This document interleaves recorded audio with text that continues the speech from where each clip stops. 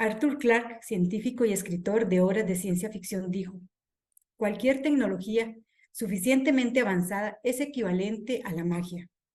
Justamente porque sabemos que la investigación, la docencia y la tecnología hacen magia en la formación de las personas y el desarrollo de las sociedades, es que hemos organizado este nuevo espacio académico titulado Inteligencia Artificial y Educación, Futuro y Perspectivas.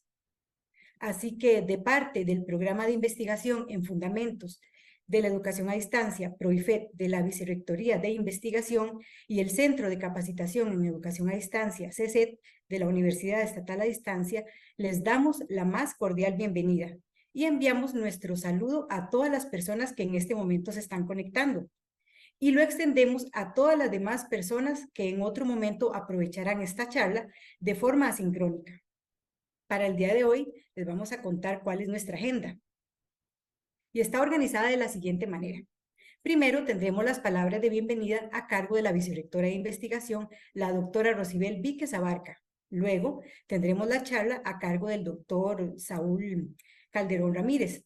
Posteriormente, la doctora María Eugenia Bujanda nos ofrecerá algunas ideas y comentarios con base en el tema y la charla. Después de esto, tendremos un espacio de preguntas y comentarios de las personas participantes. Ahora sí, le damos la palabra a la vicerrectora de investigación. Adelante, doña Rosibel. Muy buenas tardes, Julia. Buenas tardes a todos y todas. Muy complacida de esta actividad. Primero, agradecer y felicitar al CECED y al PROIFED por desarrollar este espacio. Darle las gracias al doctor Calderón por acompañarnos en esta tarde y a todos y todas quienes nos encontramos acá. Sé que nos convoca un tema que ha venido generando muchas inquietudes. La pandemia nos puso en una situación diferente a lo que habíamos entendido como educación a distancia, poniendo retos nuevos, sobre todo en lo que correspondía a nuevas herramientas y a la intervención de la tecnología en los procesos de aprender y enseñar, y sobre todo en los intercambios de conocimiento. Y hace un año, cuando ya casi teníamos establecida una ruta y rediseñados muchos de nuestras herramientas de trabajo, apareció con mucha fuerza el ChatGPT, que no es el único, pero sin duda es una de las herramientas de inteligencia artificial que más ha impactado en nuestro quehacer. A partir de eso, y con muchas preguntas en torno a lo que puede ser la incorporación, el control, la participación y la integración de la inteligencia artificial en nuestros procesos, pues lo cierto es que llevamos un año de conocerlo, de adaptarlo, de preguntarnos. Creo que esta noche es una gran oportunidad para continuar en estos diálogos y también, ¿por qué no?, ensayar algunas respuestas en lo que corresponde a inteligencia artificial en nuestro quehacer. Muchas gracias nuevamente, desearnos una jornada muy provechosa y adelante, Julia. Muchas gracias, doña Rosibel, por sus palabras de motivación y bienvenida. Para continuar con nuestra agenda, les presento ahora sí formalmente a nuestro invitado. El señor Saúl Calderón Ramírez realizó su doctorado en Ciencias de la Computación en el Instituto de Inteligencia Artificial en la Universidad de Montfort, Reino Unido. Además, es magíster en Ciencias en Ingeniería Eléctrica, con énfasis en sistemas digitales, y bachiller en Computación e Informática, ambos de la Universidad de Costa Rica. Sus intereses van desde el aprendizaje automático al aprendizaje profundo, específicamente en técnicas de aprendizaje con pocos datos, estimación de incertidumbre e inteligencia artificial segura, con aplicaciones en análisis de imágenes, sonido, video y texto. En el Tecnológico de Costa Rica es coordinador de un grupo de investigación orientado a trabajar en el área de aprendizaje automático e inteligencia artificial. Ha publicado alrededor de 40 artículos en conferencias internacionales de alto renombre y revistas en el área del aprendizaje automático y profundo. Ha impartido cursos en temas de aprendizaje automático, redes neuronales, aprendizaje profundo, programación y electrónica en el TEC y en la UCR. Además, ha sido profesor invitado en la Universidad de Montfort, Reino Unido, y la Universidad de Buenos Aires, Argentina. Estamos seguros que los conocimientos, las experiencias y hallazgos que nuestro invitado compartirá en esta charla nos dará la oportunidad de seguir haciendo magia en las instituciones educativas en las cuales llevamos a cabo nuestras funciones académicas o profesionales. Así que adelante, don Saúl.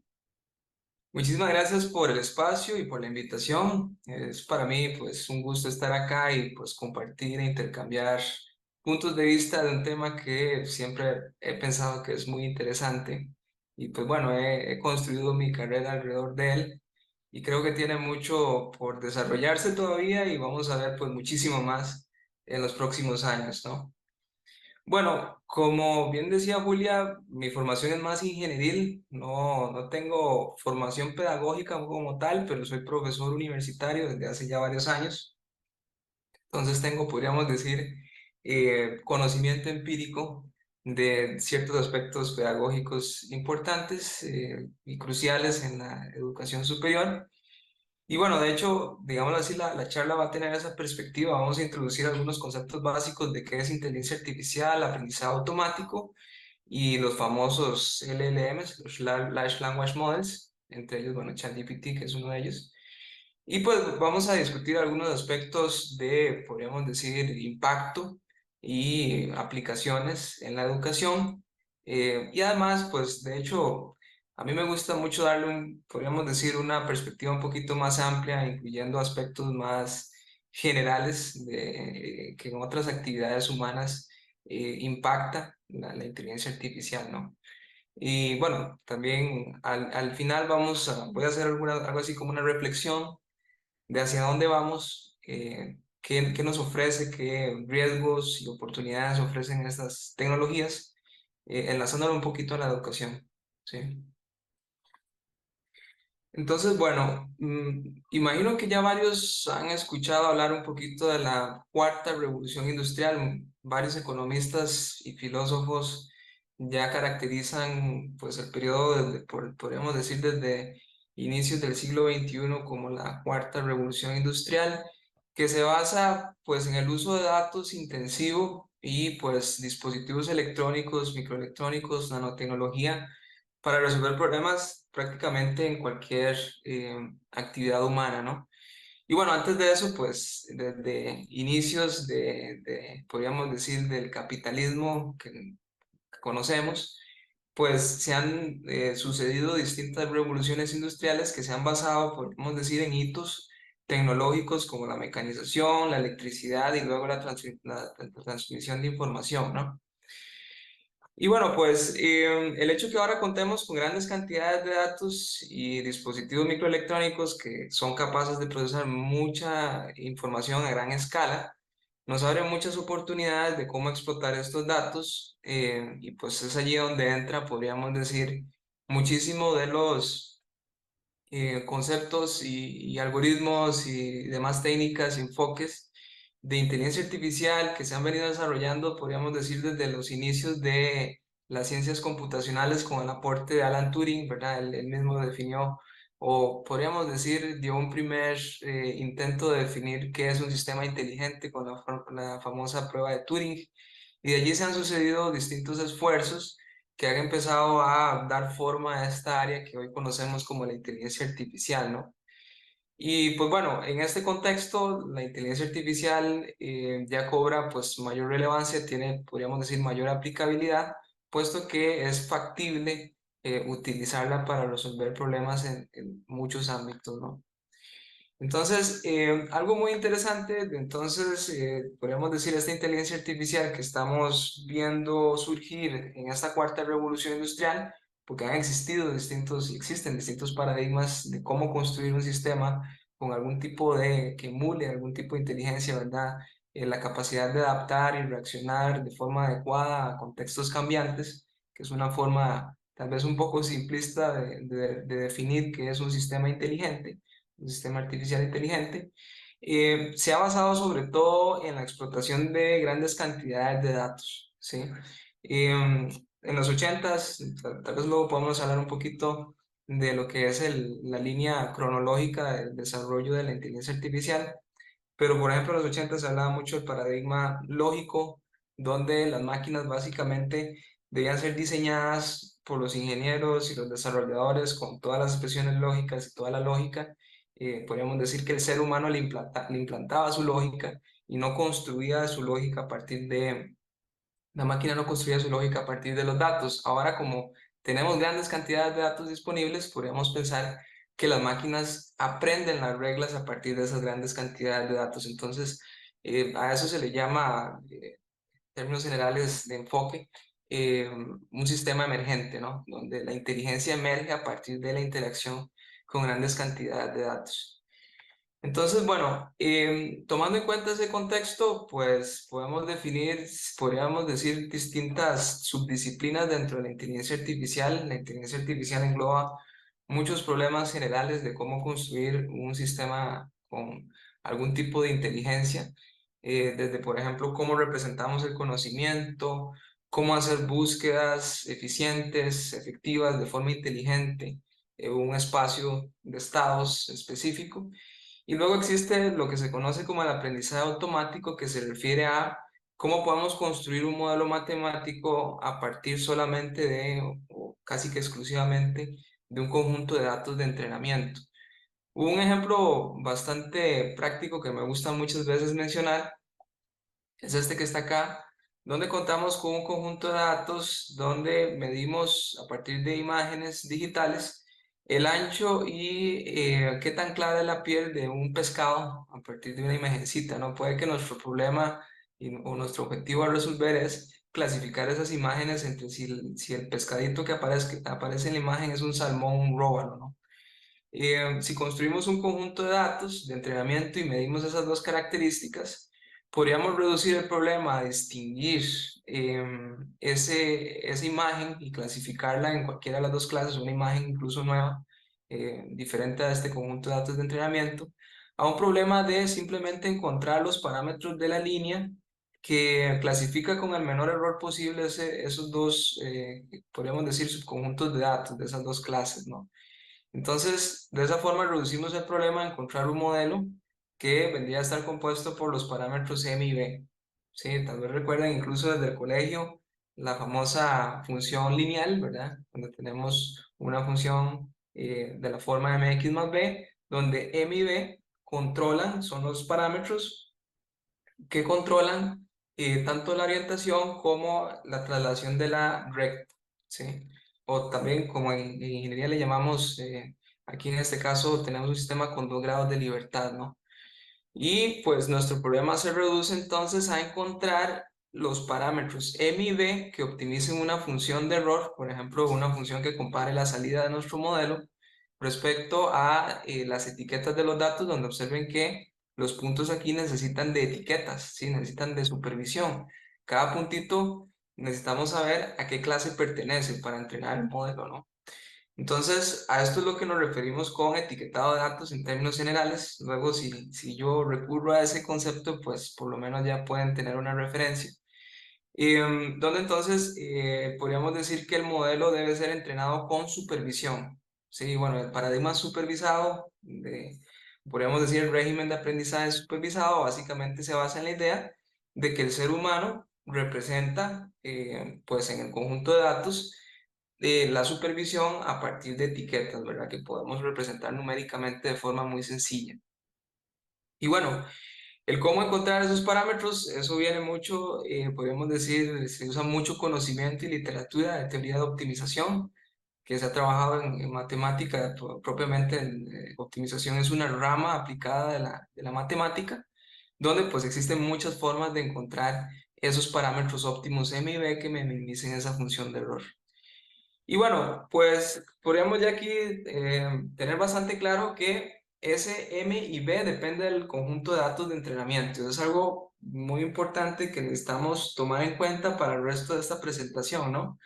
Porque si el conjunto de datos es, podríamos decir, ruidoso, no es del todo correcto, las etiquetas, podríamos decir, si alguien se equivoca etiquetando un salmón y poniéndole la etiqueta de róbalo, por ejemplo, nuestro modelo se va a equivocar, ¿no? Entonces, depende de la supervisión del conjunto de datos de entrenamiento, cómo se comporte mi modelo. O sea, hay una frase muy popular que se usa mucho en la literatura de Machine Learning es, bueno, en inglés se le llama garbage in, garbage out, ¿verdad? Si entra basura a nuestro algoritmo de optimización, ¿verdad? Algoritmo de entrenamiento, el modelo básicamente va a funcionar también de forma incorrecta, así va a salir basura, prácticamente podríamos reducirlo de esa forma, ¿no? Entonces, bueno, esa idea podríamos decir que ha tomado fuerza con respecto al contexto que describimos, puesto que ahora hay una gran disponibilidad de datos que muchas veces nosotros generamos sin darnos cuenta, ¿no? El hecho de que Google, por ejemplo, nos permita abrir una cuenta de Gmail gratuita o que podamos utilizar Google Translate de forma gratuita, pues no es del todo gratuito, ¿no? Puesto que estas empresas, podríamos decir que en su modelo de negocio, entendieron que los datos son muy valiosos, ¿sí? Entonces la posibilidad de captar grandes cantidades de datos de alta calidad, por ejemplo, en programación existen muchos eh, sitios de internet que nos permiten guardar nuestros repositorios de código de software, como por ejemplo GitHub, GitLab, etcétera. Y bueno, los usamos desde hace varios años, ¿no? Y estoy seguro que mucha gente del área no se sospechaba que GitHub, por ejemplo, estaba pues creando su repositorio de datos de, podríamos decir, códigos de distintos programas de software que subían los programadores, que pues está utilizando ahora, los está explotando para crear modelos que nos permiten básicamente generar código a partir de prompts. Entonces, quiere decir que, bueno, los datos cobran una relevancia muy importante y si podemos crear conjuntos de datos de alta calidad y vigentes, correctos, etcétera, pues podemos también crear modelos bastante efectivos, ¿no? Sí. Y bueno, vean que aquí, luego de haber definido el aprendizaje automático, entra en escena el deep learning o el aprendizaje profundo, ¿no? El aprendizaje profundo se refiere básicamente a técnicas que extienden esta idea de un modelo matemático con un conjunto de parámetros a aprender, pero lo extienden usando el paradigma de redes neuronales. Podríamos decir que las redes neuronales son un conjunto de técnicas que se marcan dentro de este enfoque de aprendizaje automático, donde aprendemos los parámetros del modelo. En el caso de las redes neuronales, son los pesos de la red neuronal, los aprendemos a partir de los datos, ¿ok? Entonces, antes de continuar con el Deep Learning, podríamos hablar un poquito, para que tengamos una noción concreta de cómo funciona la red neuronal. Una red neuronal podríamos pensar que es algo así como una abstracción, es una red neuronal artificial, sí.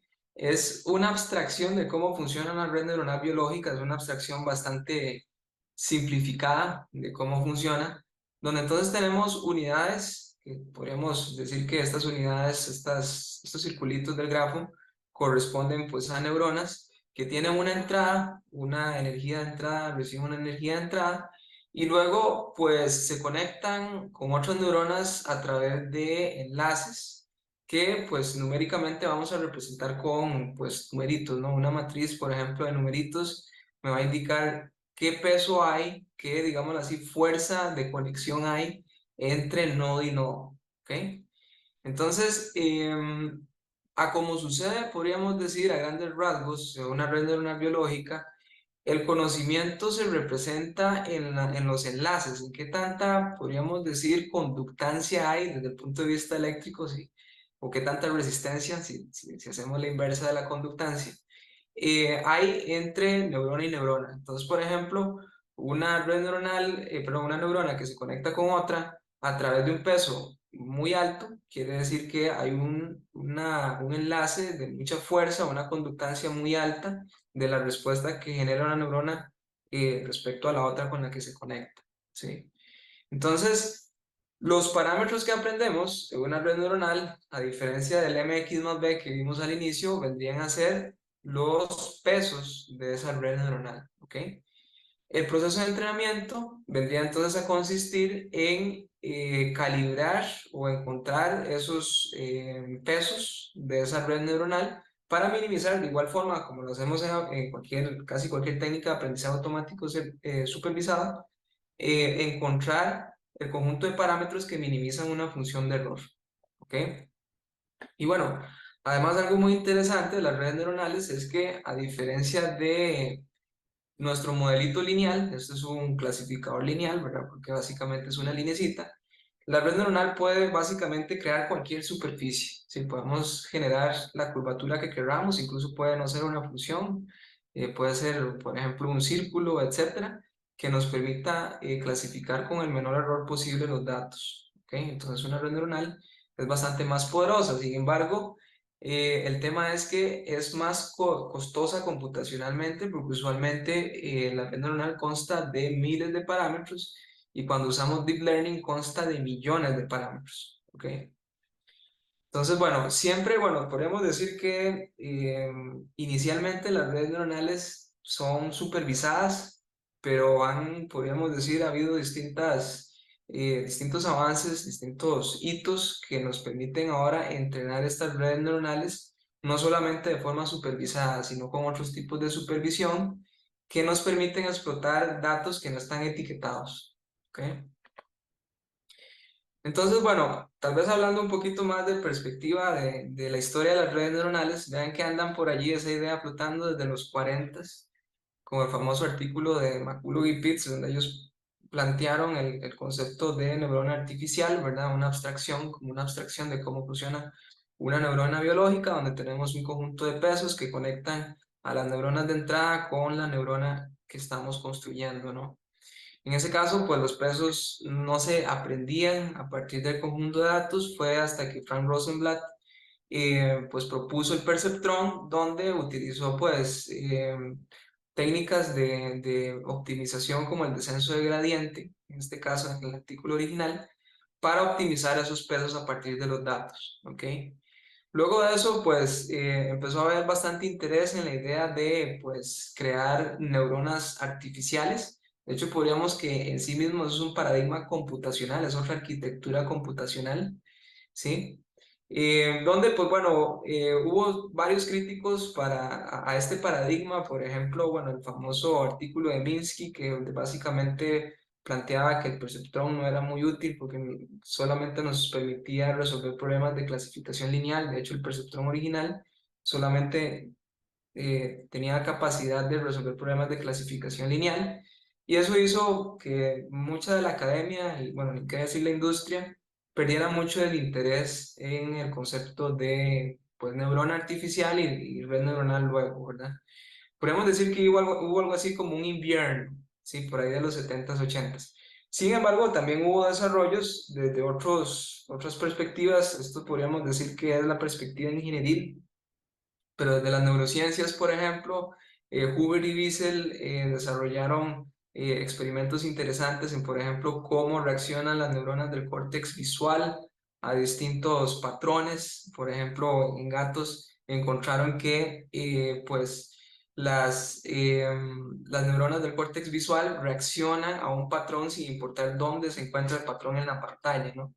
Y eso de hecho es parte podríamos decir, del insumo que se utilizó luego para las famosas redes convolucionales que desarrolló Jan LeCun por ahí de finales de los 80, ¿no? Y bueno, Geoffrey Hinton, junto con otros investigadores, Geoffrey Hinton trabaja todavía en la Universidad de Toronto. De hecho, él era Fellow Engineer hace poco de Google y creo que, bueno, me imagino que varios se dieron cuenta que renunció recientemente, puesto que está muy preocupado sobre las implicaciones de, pues, el aprendizaje profundo en distintos ámbitos, ¿no? Él popularizó el algoritmo de propagación hacia atrás que nos permite entrenar de forma bastante eficiente una red neuronal ya bastante más grande, ¿sí? En realidad quien lo propuso originalmente el algoritmo de retropropagación fue David Rumelhart, pero él lo popularizó, sí, él siguió investigando en redes neuronales a pesar de este, podríamos decir, invierno, ¿no? Y bueno, esto es muy importante remarcarlo, a mí me gusta mucho remarcarlo con los estudiantes, y es que la academia siguió allí investigando a pesar de que, bueno, por lo menos parte de la academia, a pesar de que en la industria informática en ese momento, pues no había prácticamente interés en el paradigma computacional como tal de redes neuronales, ¿no? Y bueno, hubo varios grupos de investigación, no solamente el de Geoffrey Hinton, que siguieron pues generando hitos y conocimiento en arquitecturas, algoritmos de entrenamiento, etcétera, de redes neuronales, hasta llegar al hito del 2012, que bueno, tal vez voy a adelantarme un poquito acá. ¿Verdad? Ahí está el mismísimo Geoffrey Hinton, ¿verdad? Con dos estudiantes de él, de doctorado, Aleksander Krzyzewski e Ilya Sutskever. Ilya es polaco y Alexander es de padres ucranianos. Ellos hicieron su doctorado en redes neuronales. De hecho, podríamos decir que ellos empezaron a acuñar el término de redes neuronales profundas. Bueno, ya Geoffrey Hinton lo había pues, propuesto en un artículo anterior, en 2009, pero podríamos decir que ellos lo popularizaron, ¿no? Alexander hizo su tesis planteando una arquitectura convolucional, que de hecho, bueno, originalmente la arquitectura convolucional fue propuesta por Jan LeCun, no tengo aquí aquí está la foto de él, que también fue galardonado con el premio Turing en 2018. El premio Turing es algo así como el equivalente al premio Nobel, ¿no?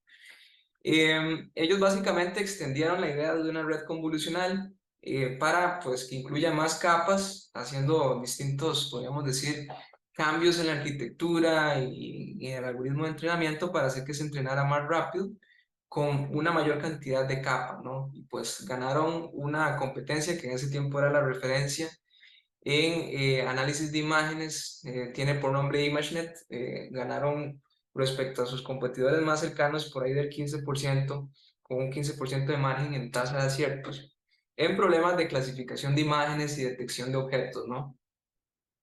Y bueno, pues Alexander luego de hacer su tesis, bueno, le puso por nombre a la arquitectura AlexNet, y hoy pues bueno, ese es el hola mundo en los cursos de Deep Learning, ¿verdad? La primera red que yo siempre muestro, y en casi cualquier curso de Deep Learning que podemos encontrar en muchas universidades, y también está disponible en casi cualquier librería de redes neuronales profundas. Y bueno, de hecho incluso él trabajó en paralelo con Ilya Sutskever. Ilya hizo también su doctorado en estos temas. Ilya, de hecho, por ahí no sé si lo han escuchado recientemente en las noticias, Ilya es de los fundadores de OpenAI. OpenAI es pues la empresa que está detrás del famoso ChatGPT, ¿no? Y de hecho hace poco Sam Altman fue despedido y Ilya estuvo detrás de los que podríamos decir estuvieron por su despido, ¿no? Entonces, pues bueno, lo interesante es que todo esto nació en la academia, nació a partir de pues investigación en grupos pues con funding público, ¿verdad? No nació en Microsoft, no nació en Google, fue allí cuando Google y todas estas grandes empresas pues se vieron atraídas a empezar a invertir en deep learning y todas estas tecnologías que hoy estamos viendo aplicadas en muchos ámbitos. Fue allí donde, podríamos decir, sucedió el punto de inflexión, ¿no? La génesis, ¿sí? Y bueno, Alexander vendió su startup, que bueno, le puso por nombre DNN Research, y también Ilya era uno de los fundadores de DNN Research, lo vendió a Google, y bueno, Ilya pues continuó podríamos decir, trayectoria como inversionista en tecnologías de este tipo, ¿no? Entonces, pues bueno, ya pues hablamos un poquito del génesis de OpenAI, que en realidad, pues bueno, OpenAI ha desarrollado varias tecnologías, no solamente está detrás de ChatGPT. ChatGPT usa un transformer. El transformer pues usa conceptos que también han sido desarrollados anteriormente en la academia, como por ejemplo el concepto de atención, que fue estudiado y muy, podríamos decir, explorado por Joshua Bengio, que es también uno de los ganadores del premio Turing de 2018. ¿Ok? Y pues bueno, ese transformer es una arquitectura que nos permite analizar secuencias de datos de forma bastante más efectiva y nos permite aprender a partir de grandes cantidades de datos, ¿sí?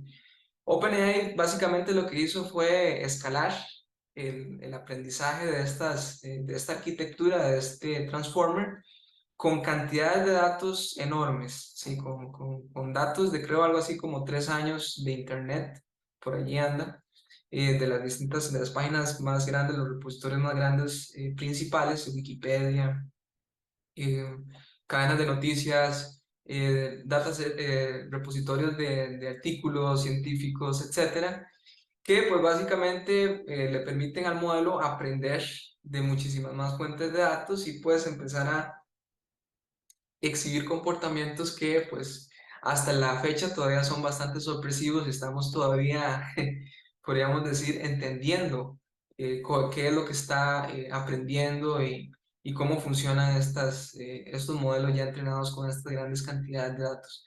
Y bueno, lo interesante es que podríamos decir, se ha expandido el cómo los regímenes de aprendizaje de estas arquitecturas ya no solamente descansan en la idea de trabajar con datos supervisados, sino que también trabajamos con datos no etiquetados, usando también aprendizaje por refuerzo, donde el ser humano pues corrige el aprendizaje, ¿verdad? Etcétera. Así, entonces, pues bueno, eso nos permite explotar cantidades de datos muchísimo más grandes. ¿Ok? Entonces, bueno, aquí de hecho aquí están los números, ¿sí? GPT 3.5 usa una arquitectura de tipo transformer con alrededor de 175 billones de parámetros. ¿Sí? ¿Recuerdan el modelito que vimos al inicio con apenas 2 parámetros? Imagínense lo que puede hacer un modelo de 175 billones de parámetros. ¿Ok? Y bueno, ya GPT-4 Turbo está en beta, ustedes pueden probarlo, pueden solicitar, obviamente hay que pagar, pueden solicitar un beta de GPT-4 Turbo, que además aprende no solamente, o fue entrenado no solamente con texto, sino también con imágenes y con audio, etcétera, ¿verdad? Ya empiezan también a explotarse otras modalidades de datos, ¿sí? Que le permiten crear modelos más ricos de, pues, podríamos decir, el mundo a los modelos, ¿ok? Y bueno, otro detalle muy importante de el famoso GPT, ¿verdad?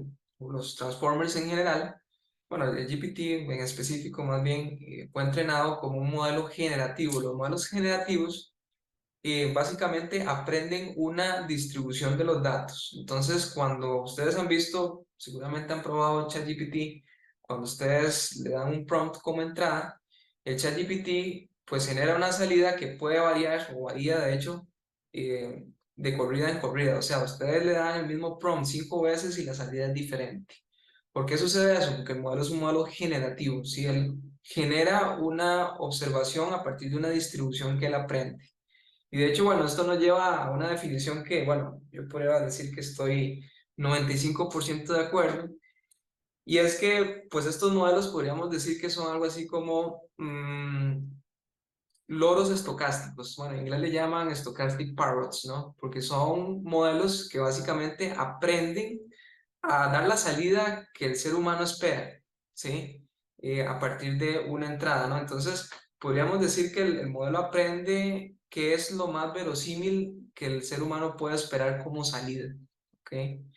Y bueno, pues eso no quiere decir que no entienda qué está pasando por dentro, porque, pues bueno, podríamos decir que la representación del mundo sea incompleta, pues bueno, eso no lo sabemos, porque todavía podríamos decir que estos modelos son bastante desconocidos, son una caja negra por dentro y eso es mucho de lo que se está trabajando ahora, por ejemplo, en el aprendizaje seguro, ¿verdad? En la inteligencia artificial segura, el entender el por qué un modelo da una salida, qué tan seguro está, el que el modelo se explique, etcétera. Y bueno, muchos grupos están pues haciendo investigación en cómo hacer que los modelos se expliquen a partir de una salida, una predicción. Pero bueno, el ChatGPT, aún con todos estos problemas de que pues no estamos seguros de qué está aprendiendo por debajo, pues da resultados muy, muy interesantes en muchos ámbitos. Por ejemplo, ha ganado exámenes de admisión en distintas universidades estadounidenses, el famoso examen, el Bar Exam de Derecho en Estados Unidos, el examen de licencia médica, etcétera. Entonces, pues bueno, eso hace que pues, sea muy aplicable para distintos ámbitos y educación no se escapa, ¿verdad? La educación como tal es, podríamos decir, un nicho con muchas aplicaciones de mucho impacto y mucho potencial de este tipo de modelos, ¿no?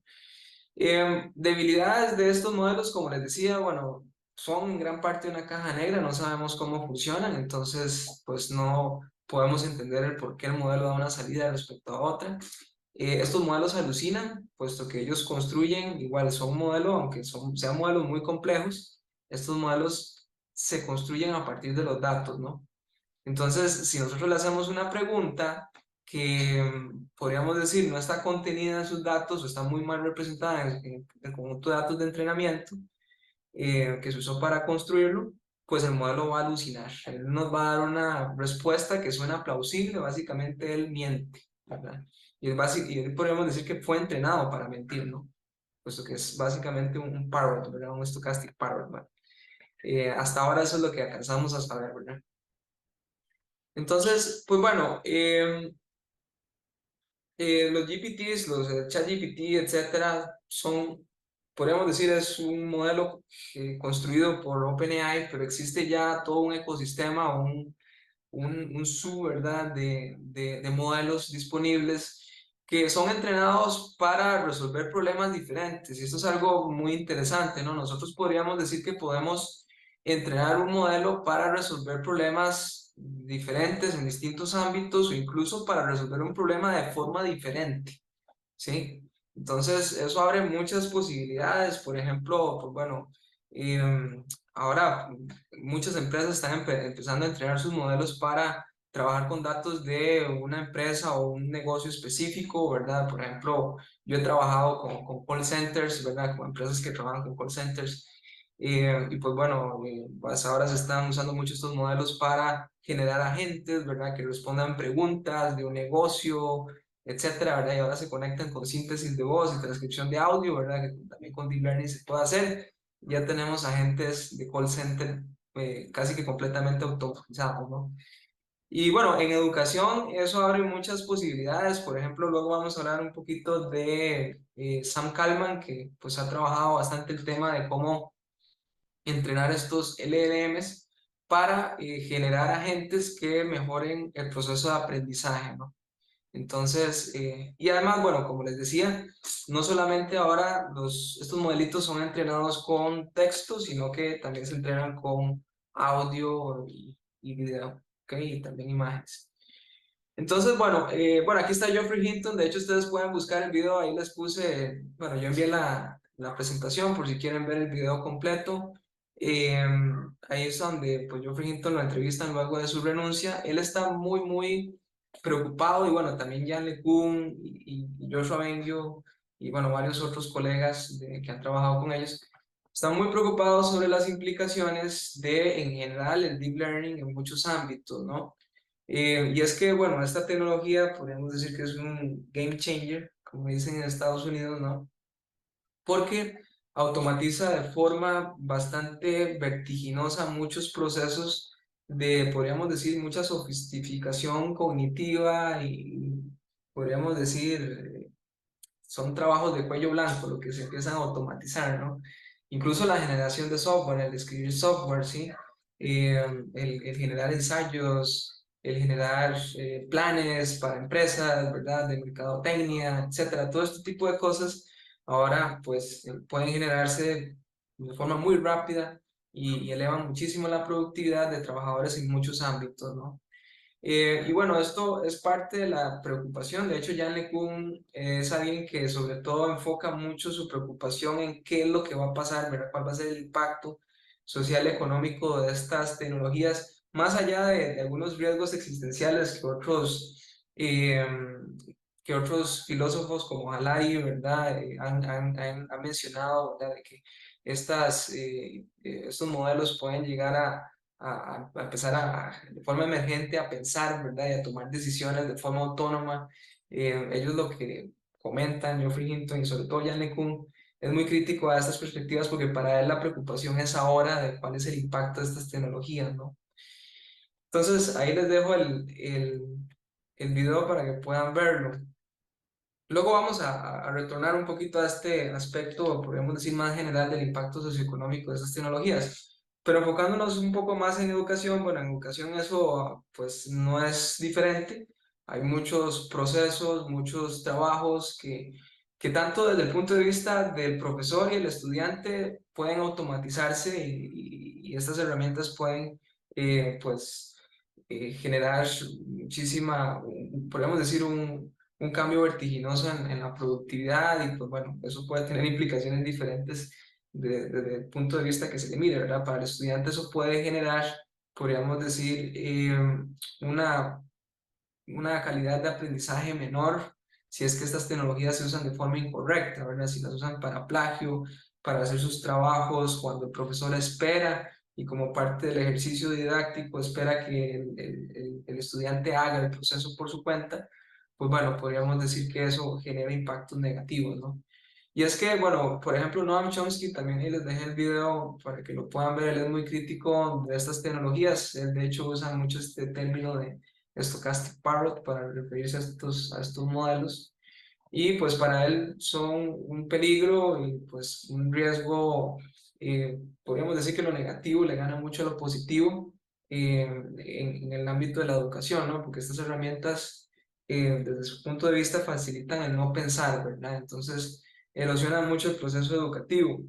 Sin embargo, bueno, Noam Chomsky es muy crítico y él lo que básicamente dice es que eso sucede si los procesos educativos en sí mismos son pobres, ¿verdad? Si el proceso educativo no incluye pues herramientas didácticas que promuevan el pensamiento crítico, el intercambio con otros estudiantes, la construcción de nuevo conocimiento, etcétera, y el ponerlo a prueba, ¿verdad? Y experimentarlo, pues estas herramientas van a tener un impacto muy negativo, ¿verdad? Si la educación, pues podríamos decir, gira en torno a reproducir conocimiento, a memorizar, etcétera, estas herramientas pues van a tener repercusiones muchísimo más negativas, ¿verdad? Entonces, pues bueno, creo que es una perspectiva bastante interesante.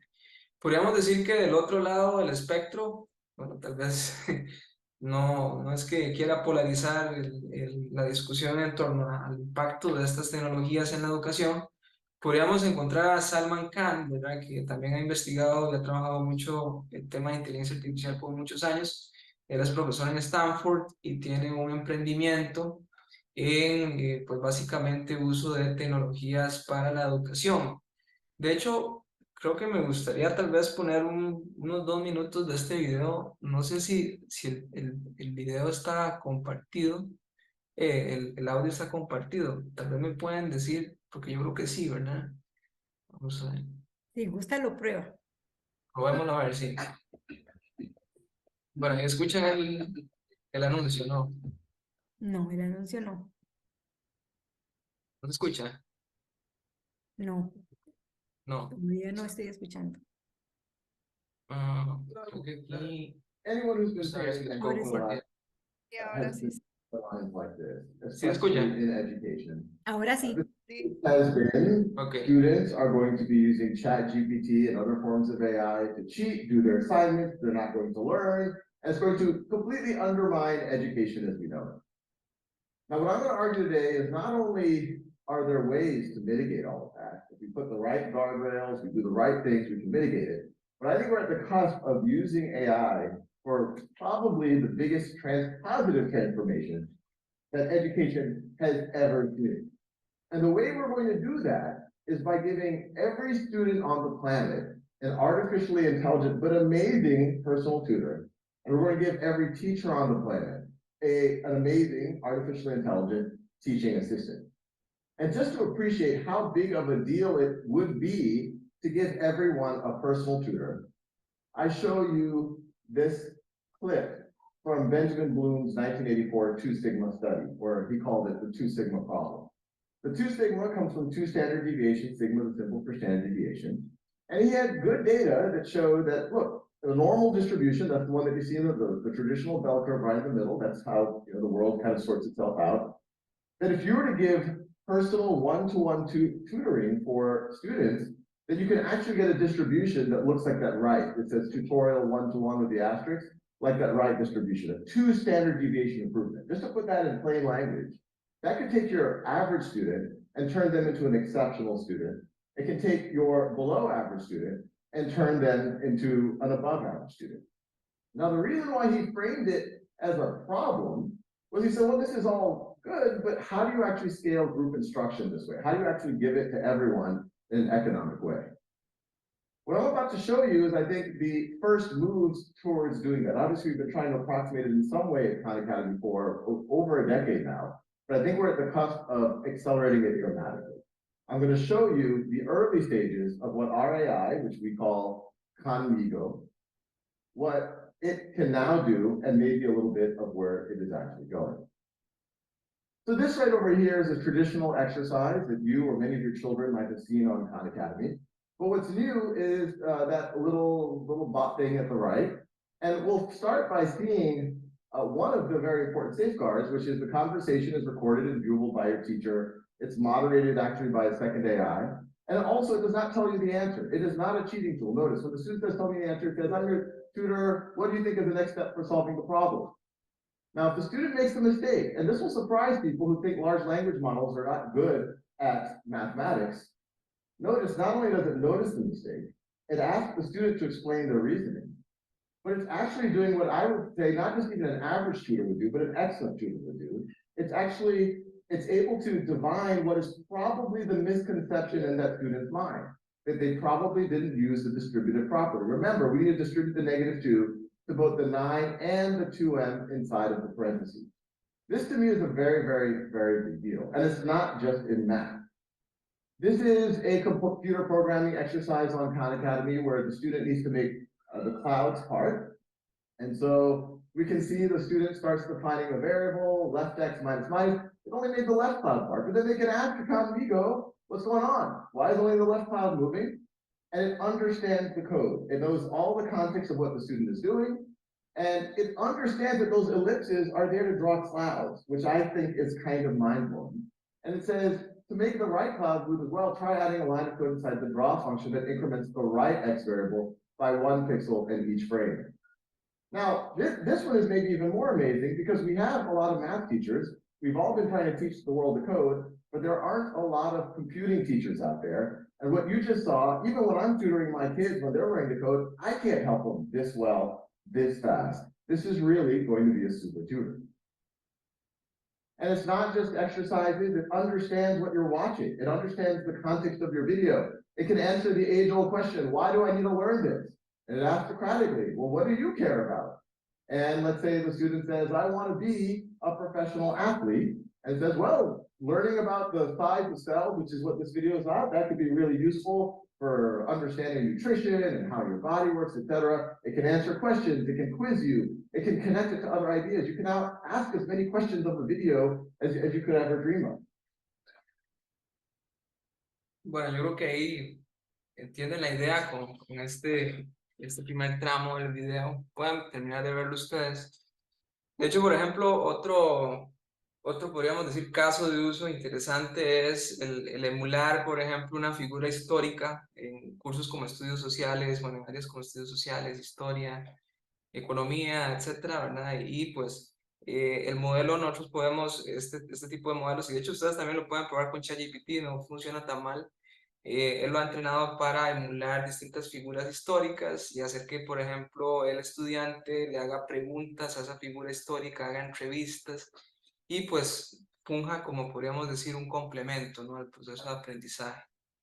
Entonces, pues bueno, en términos generales, podríamos decir que los LLMs los podemos diseñar, los podemos entrenar y pues diseñar de forma explícita para mejorar los procesos educativos, ¿no? Para ser tutores, para fungir como pues, recursos alternativos, ¿verdad? Que complementen las experiencias de aprendizaje. Entonces, pues bueno, podríamos decir que los LLMs tienen muchísimo potencial, bueno, el Deep Learning, la inteligencia artificial, bueno, complementado con otras tecnologías también inmersivas, como la realidad virtual, etcétera, ¿verdad? Que pues pueden sin duda mejorar muchísimo los procesos educativos, ¿verdad? De forma escalable, como bien dice Salman, ¿verdad? En su video, ¿verdad?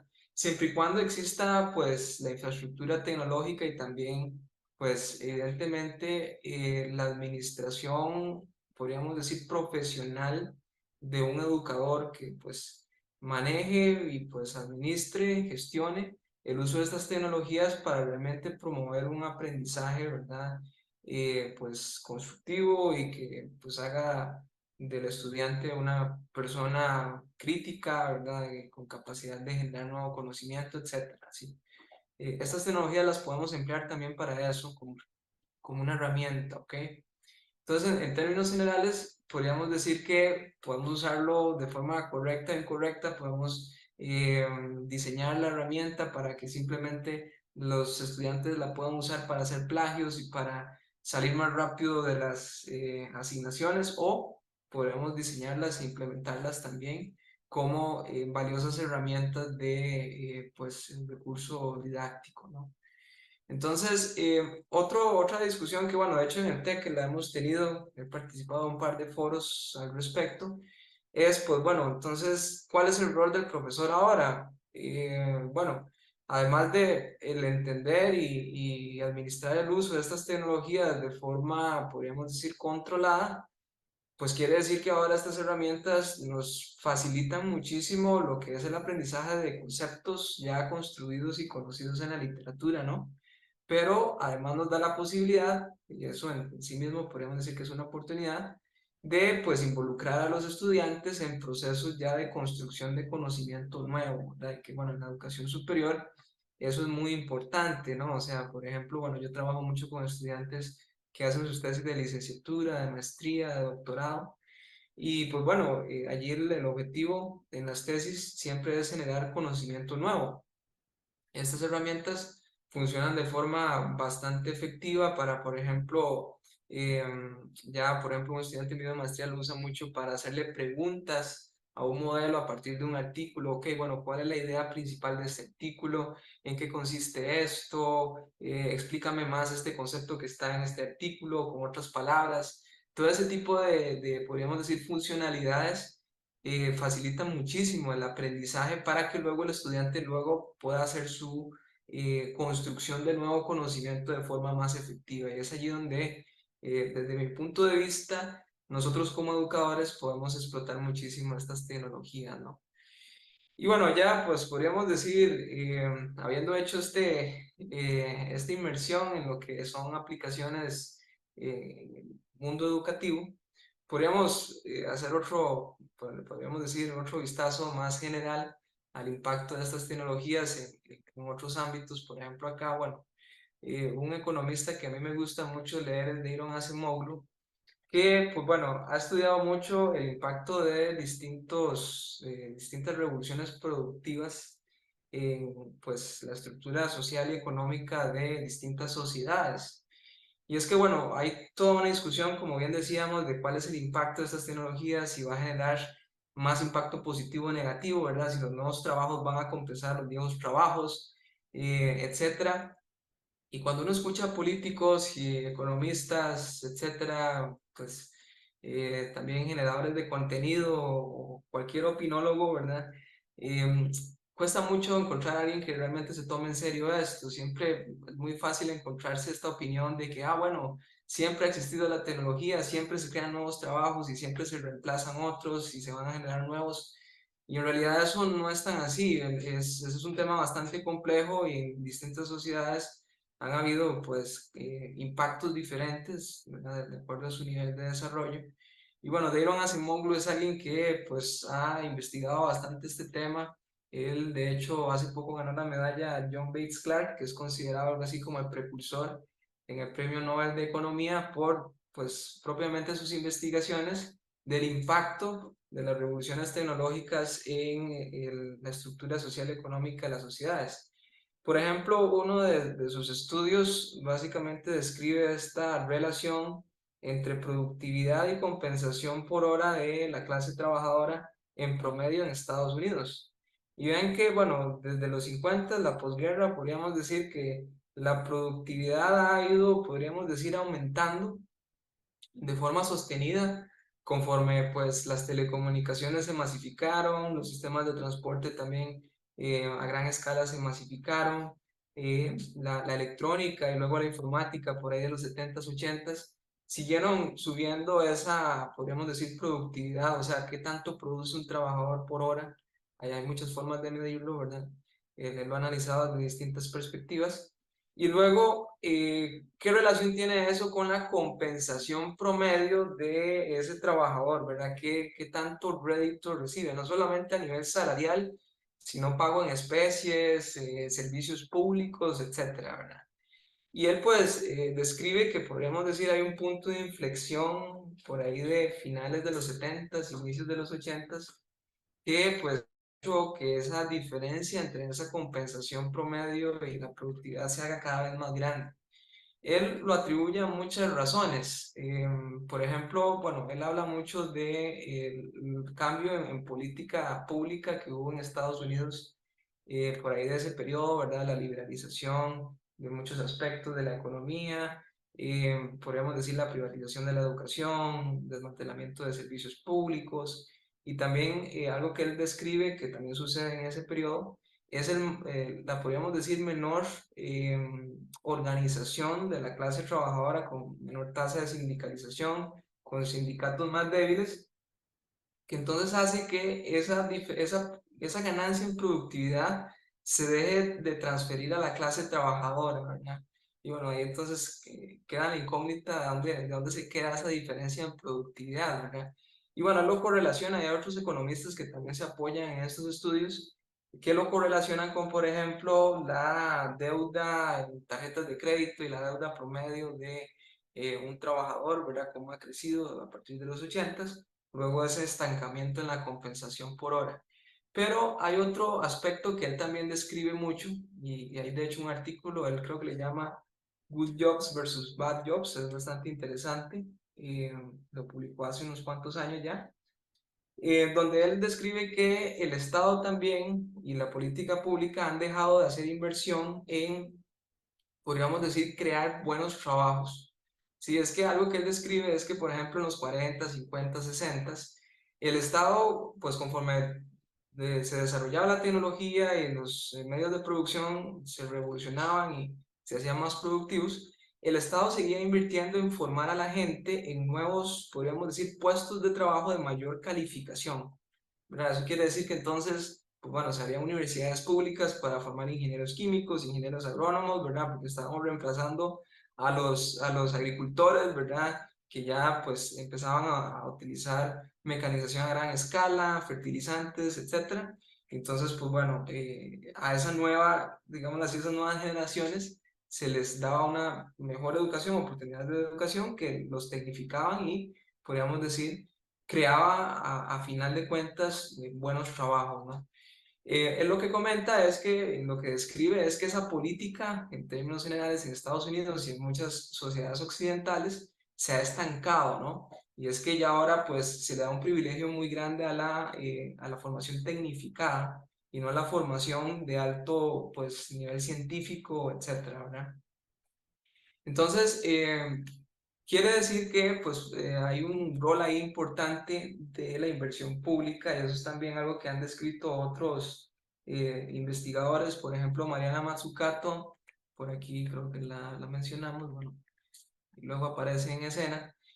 Ella ha descrito, por ejemplo, cómo el Estado ha sido, pues, también artífice de tanto, bueno, podríamos decir, Daron Acemoglu describe lo que el papel del redistribuidor, ¿verdad? Del Estado, ¿verdad? Generando estos nuevos trabajos de alta calidad, etcétera. Y también cómo el Estado es el que ha estado detrás, ¿verdad? De la inversión que hace posible estos avances tecnológicos. Entonces, pues bueno, pues muchos de estos avances ya vimos, por ejemplo, el hito de las redes profundas, etcétera, viene muchas veces de la inversión pública en los países desarrollados, claro. Y bueno, en muchos ámbitos de la informática y la electrónica, eso no es la excepción, sino más bien en la regla, ¿no?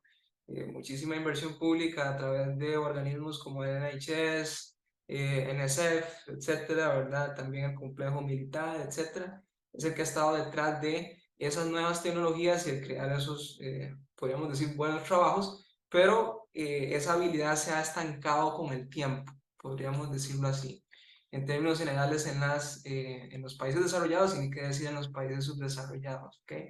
Entonces, de hecho, bueno, Mariana Mazzucato tiene un libro muy interesante, se llama El Estado Emprendedor. Ella, pues, hace un estudio, ¿verdad? Muy, pues, basado en datos, describe muchos casos, ¿verdad? No solamente en Estados Unidos, sino en Europa, en China también. China es un ejemplo bastante reciente de cómo la inversión pública cambia los paradigmas productivos, ¿verdad? Y cómo esto debe hacerse de forma concienzuda, ¿no? Y de forma planificada, porque algo que ella pues describe mucho en estos últimos 30 años es que pues se ha regulado mucho, se les ha bajado muchísimo la contribución fiscal de estas empresas, etcétera, que hace que ese ciclo de reinvertir esa, podríamos decir, esa ganancia en productividad no vuelva al conjunto de la sociedad, ¿verdad? Entonces se estanque y podríamos decir, se acumule la ganancia en productividad en un sector y otro no lo recibe, ¿verdad? Entonces, pues bueno, de hecho, en Costa Rica ya hemos visto, y esto es tal vez aterrizándolo un poco como para ir terminando, en Costa Rica pues hemos visto estas políticas, podríamos decir que desmantelan el Estado y pues dejan todo a la libre, ¿verdad?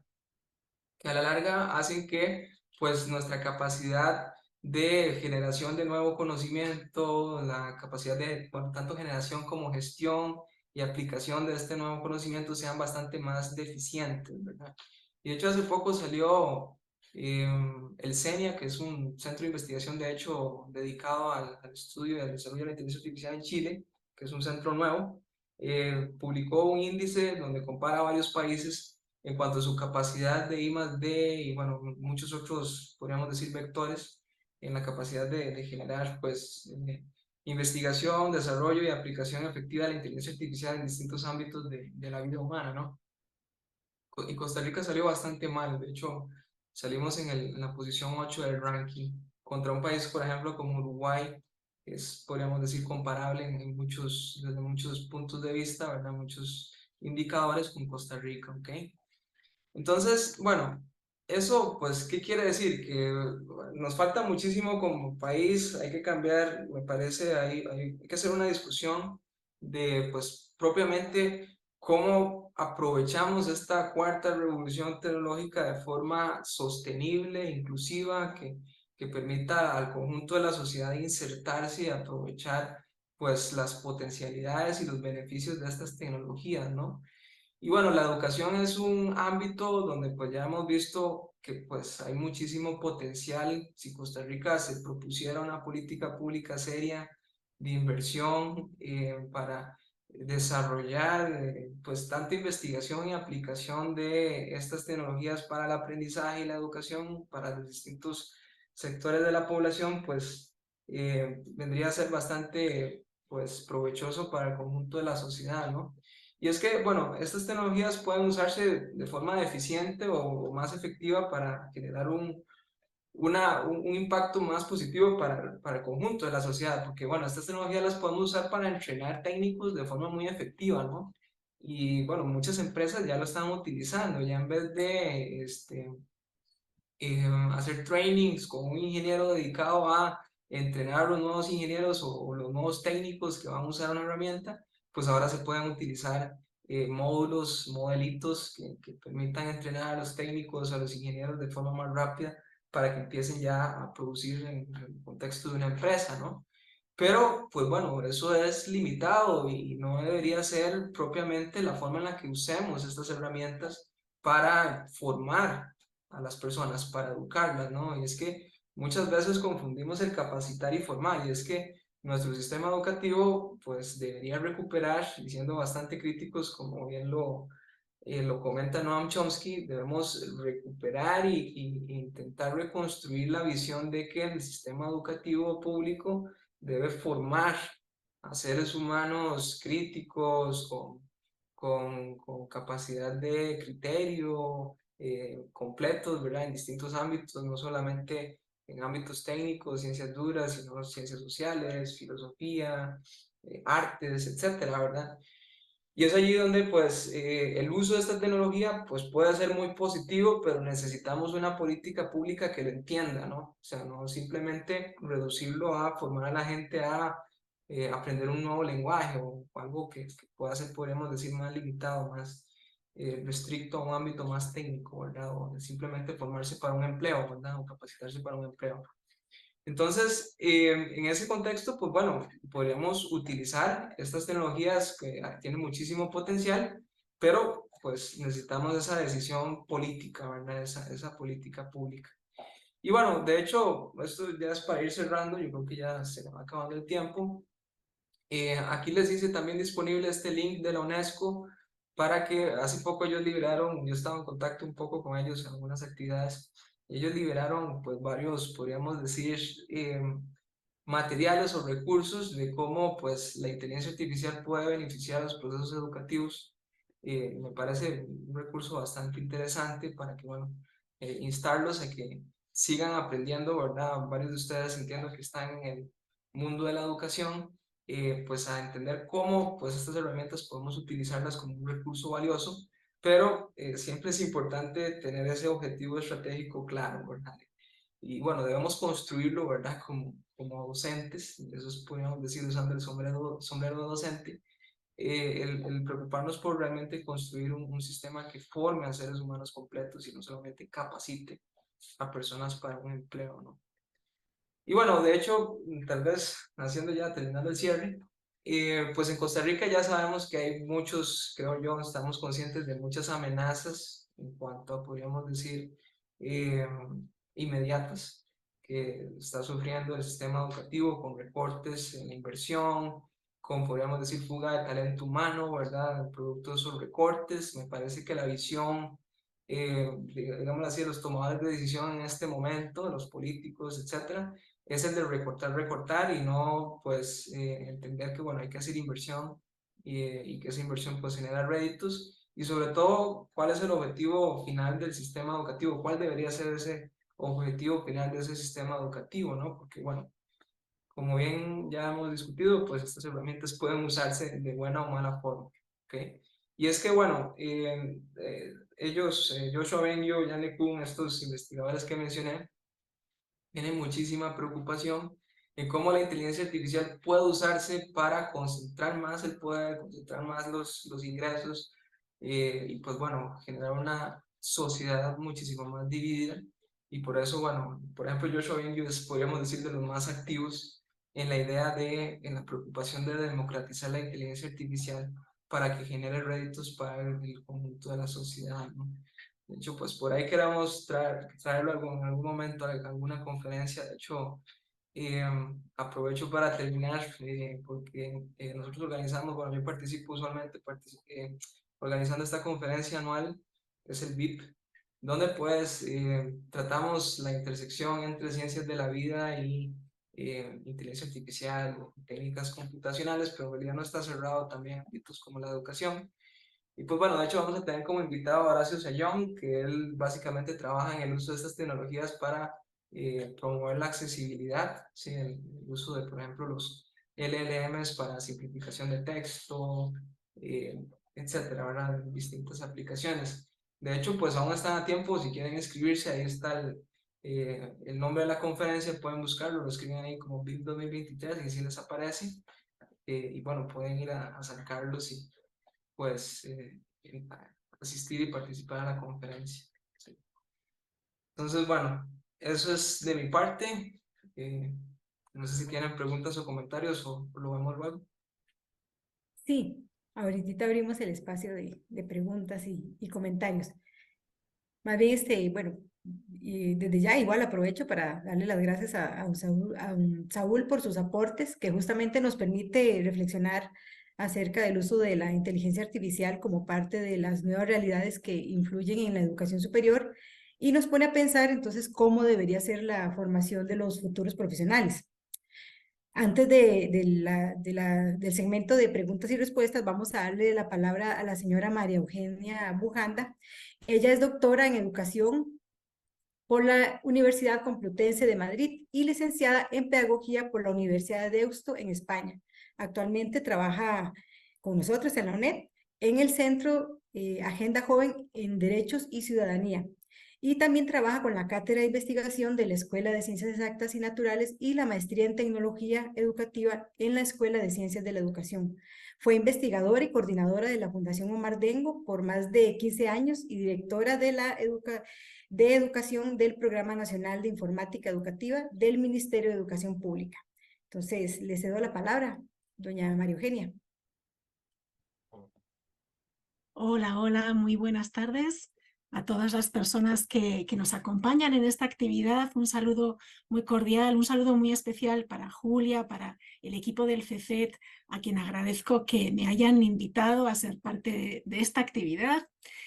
Un saludo también para doña Rosibel, vicerrectora de investigación, y por supuesto también a Saúl, y a quien felicito por esta clase que nos acaba de dar, tan completa, ¿verdad? Desde mostrarnos con detalle en qué consiste la inteligencia artificial como tecnología, cuál ha sido su trayectoria, su historia, estos modelos de lenguaje grandes que son de los que ahora pues estamos todos conversando y todos, bueno, ahora vamos a ver cuál ha sido un poco la respuesta que ha habido desde el mundo de la educación a ellos.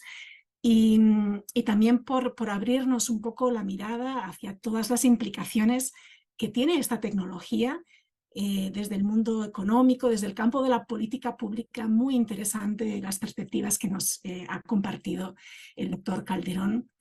Y bueno, pues sin duda este ha sido el año de la inteligencia artificial, no porque sea nuevo, como hemos visto, es verdad, tiene muchísima historia como tecnología, y lleva presente con nosotras y nosotros desde hace mucho tiempo, quizás de una manera en la que no hemos sido muy conscientes, ¿verdad? Porque a la par de todos de ese desarrollo tecnológico que estaba sucediendo en las universidades, en la academia, en las empresas, también se estaban empezando a hacer aplicaciones de la tecnología.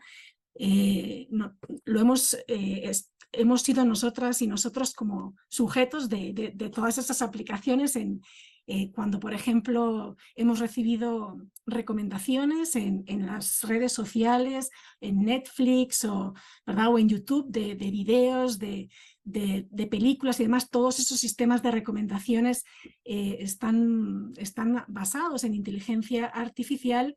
A veces también, quizás sin saberlo, hemos sido impactados por decisiones que han tomado sistemas de inteligencia artificial cuando, por ejemplo, hemos pedido un préstamo para vivienda, o bueno, en otros países donde estos sistemas están siendo ya aplicados desde hace tiempo, ¿verdad? Como por ejemplo en Francia, que se usa un algoritmo para decidir quiénes acceden al sistema universitario público. O, por ejemplo, en España, ¿verdad?, donde se usa inteligencia artificial para determinar cuál es el nivel de riesgo al que están sometidas distintas víctimas de violencia doméstica para asignarles en función de los resultados del sistema, cuál va a ser el nivel de protección que se les asigna. Por ejemplo, también, bueno, muchísimas empresas que usan estas herramientas para decidir o para cribar candidatos que se están postulando para puestos de trabajo, ¿verdad? Y esas primeras cribas también las hacen pasar por sistemas basados en algoritmos. Entonces, es mucho lo que hoy en día, ¿verdad? Digamos los tentáculos, por decirlo así, de los sistemas de inteligencia artificial, pero ha sido este año cuando muchos y muchas hemos abierto como los ojos a todos estos sistemas, ¿no? Y a partir del lanzamiento de ChatGPT, y poco a poco, a medida que fuimos sabiendo, ¿verdad?, de esta herramienta y otras herramientas de inteligencia artificial generativa, es que, bueno, pues nos hemos ido dando cuenta de la existencia de todas estas herramientas y de que podemos, de alguna manera, ser quienes usemos estas herramientas.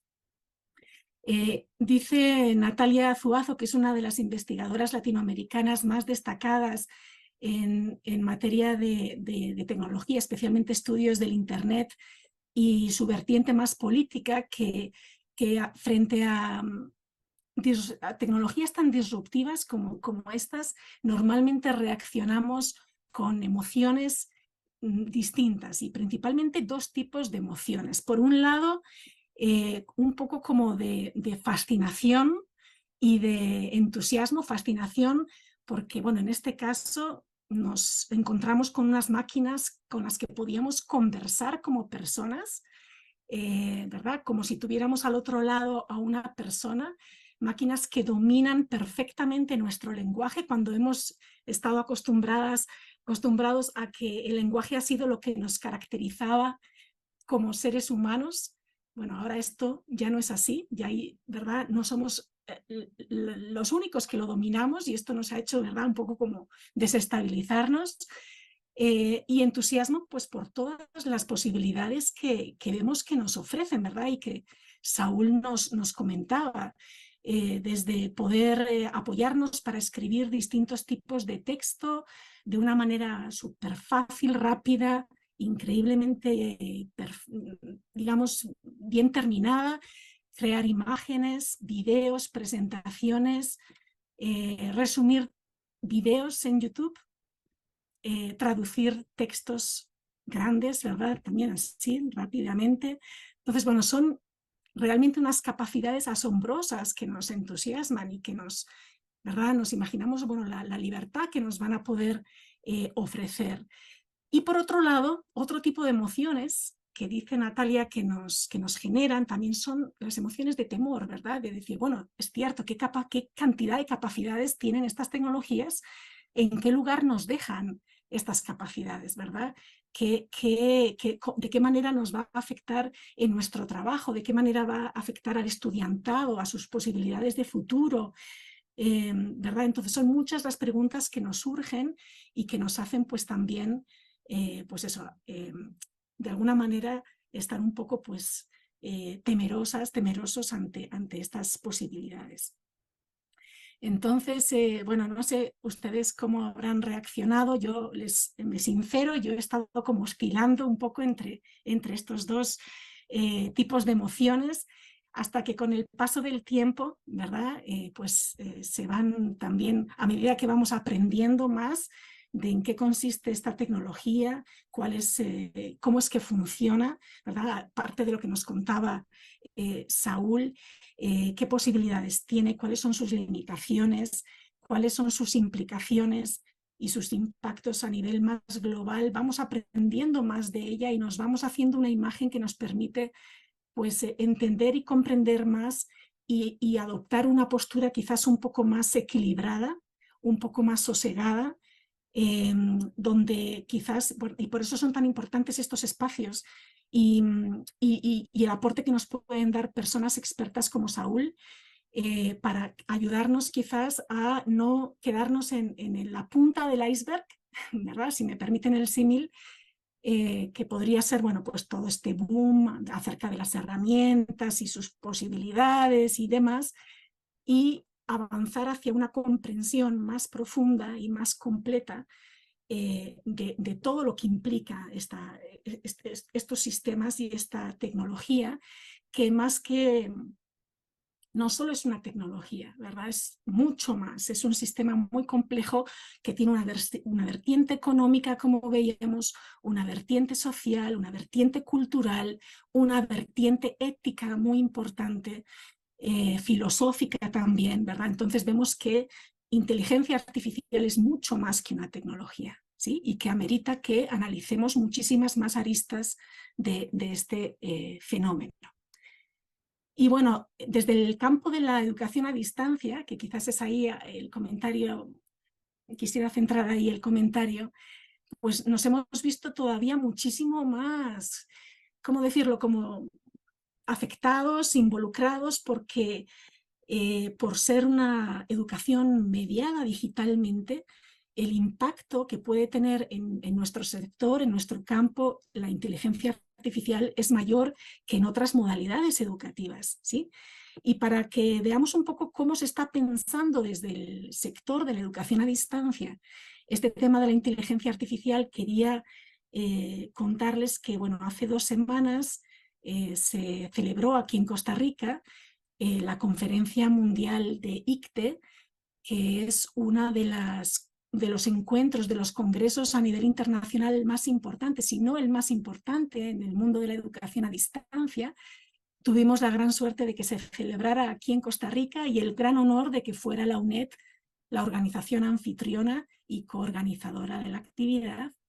Y nos sirve, ¿verdad?, ver qué es lo que se presentó en esta conferencia, nos sirve como de vitrina para ver un poco qué se está pensando sobre la inteligencia artificial y sobre otros temas desde el mundo de la educación a distancia. Y ahí lo que vemos es que, bueno, de las más de 200 ponencias que se hicieron en ese congreso, hubo 22 que se centraron específicamente en temas de inteligencia artificial y además muchas otras la mencionaron como parte pues, del contexto que nos toca en estos momentos afrontar y de los desafíos, ¿verdad?, que se vienen para el sector de la educación a distancia en el futuro. Entonces fue un tema importante en la conferencia, ¿sí? Y lo que vimos también es que hubo como aportes desde dos perspectivas. Están, por un lado, quienes ven en todos estos desarrollos y posibilidades, pues, mucho potencial de transformación de la educación, ¿sí? Y desde una perspectiva como más optimista, pues invitan, ¿verdad?, a que tengamos una actitud pues, de curiosidad, de apertura, de experimentación, de cuáles son pues, todas las posibilidades que nos ofrecen estas tecnologías, esos sistemas. Hubo, por ejemplo, ponencias que nos hablaron de experiencias que ya se están realizando con este tipo de asistentes virtuales, como el que nos mostraba ahora Saúl, de Khan Amigo, experiencias realizadas por universidades, ¿verdad?, donde ya se están implementando este tipo de asistentes personales, que los hay para estudiantes, ¿verdad?, para apoyar a los estudiantes en sus procesos de aprendizaje, en la interacción que quieren mantener con la universidad y distintas instancias, pero también están los asistentes para el profesorado, para apoyar al profesorado en las tareas que tiene que hacer en sus tareas cotidianas de preparación de diseños, de asignaturas, actividades, evaluaciones, etc. Hubo una presentación en particular que me pareció especialmente interesante, que fue la que hizo el fundador de Moodle, que bueno, pues está iniciando investigación y desarrollo pues para ver cómo pueden, ¿verdad?, enriquecer Moodle con herramientas de inteligencia artificial, pero de un nivel muy, muy sofisticado. Asistentes que, por ejemplo, nos siguen captando todos los movimientos que hacemos en Internet, ¿verdad?, las páginas web que buscamos, los videos que vemos en YouTube, los correos electrónicos que enviamos, para aprender de nuestras necesidades, de nuestros intereses, de nuestro perfil, y en función de esos datos que van capturando de nuestro día a día, de los movimientos que hacemos, poder ¿verdad?, orientarnos en materia de aprendizaje, cosas que podrían interesarnos aprender, ¿verdad?, y nos van guiando y orientando y de alguna manera como conduciendo hacia esas áreas que consideraron, según el análisis que realizan, que pueden ser las de mayor potencial en nuestro caso. Lo cual, pues igual les confieso que me suena emocionante y al mismo tiempo pues me suena, ¿verdad?, que son cosas que en realidad nos ponen en un escenario muy diferente de lo que estamos acostumbrados, y se abren ciertas interrogantes sobre cuál va a ser el manejo que se va a hacer de esos datos tan personales, tan íntimos nuestros, ¿verdad? Y hasta qué punto queremos delegar en sistemas, ¿verdad?, pues tanta información y decisiones sobre nuestro propio proceso de desarrollo personal. Eso, bueno, y también hubo aportes desde el lado de las preocupaciones, y aquí no les va a sorprender que una preocupación bastante importante es el tema de la evaluación. ¿Cómo vamos a evitar situaciones de fraude académico, especialmente en nuestros sistemas a distancia, ¿verdad? Y aquí, bueno, les diré que son varias las propuestas y ensayos, desde herramientas de detección de texto escrito por inteligencia artificial, que sabemos que no dan todavía los resultados esperados, hasta cómo rediseñar nuestras actividades y sistemas de evaluación para que bueno, pues puedan ser compatibles con el uso de estas herramientas, ¿verdad? Que no afecte que los estudiantes usen estas herramientas y siempre podamos evaluar los aprendizajes que buscamos desarrollar en ellos. La perspectiva quizás que fue menos, que estuvo menos presente en la conferencia fue una mirada quizás un poco más crítica, realizada desde pues eso, las grandes preguntas que ya Saúl nos adelantaba, ¿verdad? Y que hacen personas como Chomsky y otros académicos que él menciona, donde que nos ponen a pensar, ¿verdad?, en esto que les decía yo del fenómeno de la inteligencia artificial como algo mucho más complejo, algo que va mucho más allá de una tecnología. Y que tiene que ver con esta parte del iceberg que está por debajo de la superficie del agua y que es menos visible, que tiene que ver con, por ejemplo, cómo se produce la inteligencia artificial, con qué infraestructura, con qué recursos, con qué energía, con qué insumos, ¿sí? Con qué prácticas laborales, ¿verdad? Cómo se están desarrollando estas tecnologías desde lo material. ¿Quiénes las producen? ¿Qué países? ¿Qué empresas? ¿Qué personas están detrás de estos desarrollos? ¿Con qué ideologías? ¿Con qué agendas? ¿Con qué modelos de negocio? ¿Qué intereses económicos y geopolíticos hay detrás de estas personas que están liderando, ¿no? Y aquí vemos, por ejemplo, la enorme concentración que hay en unas poquitas empresas. Y ahora, después de lo que ha pasado este fin de semana, que Saúl nos contaba un poquito, ¿verdad?, todavía puede conducir a mayor concentración al pasar una parte importante del equipo de OpenAI a Microsoft, ¿verdad? Son las mismas grandes empresas tecnológicas las que están copando de alguna manera el desarrollo, y las universidades, a falta de una política pública que nos contaba ahora Saúl, que impulse, ¿verdad?, fuertemente con financiamiento público la investigación en las universidades, pues están quedando atrás frente a la investigación y al desarrollo que están impulsando las grandes empresas. Otra pregunta que nos podemos hacer es cómo se implementa, qué tareas se deciden automatizar y por qué, y quiénes deciden qué se tiene que automatizar, ¿verdad? Y aquí conecto con una pregunta que vi ahí en el chat, ¿verdad?, de cómo los trabajadores podrían involucrarse más en estos procesos. Obviamente tiene que haber un involucramiento también de los trabajadores en cuanto a decidir qué tareas vamos a automatizar y qué tareas quizás no, ¿verdad? ¿Y a quiénes están beneficiando estos sistemas, verdad? ¿Quiénes se están beneficiando de los procesos de automatización? ¿Quiénes se van a ver perjudicados? Otras preguntas también muy importantes: ¿de qué manera están afectando a los derechos humanos y a la democracia? ¿Pueden de alguna manera entrar en conflicto en algún momento con nuestros derechos civiles y las libertades políticas? Por ejemplo, todo esto que estamos viendo ahora de los deepfakes, ¿verdad?, del aumento tan importante que puede producirse en las noticias falsas, ¿verdad? Ahora que se puede producir contenido digital de una manera tan fácil, que podemos, se puede crear videos de personas, ¿verdad?, que hasta con la misma voz de las personas, ¿verdad?, se crean, ¿verdad?, bueno, audiovisuales que para nada contaron con la participación de la persona real.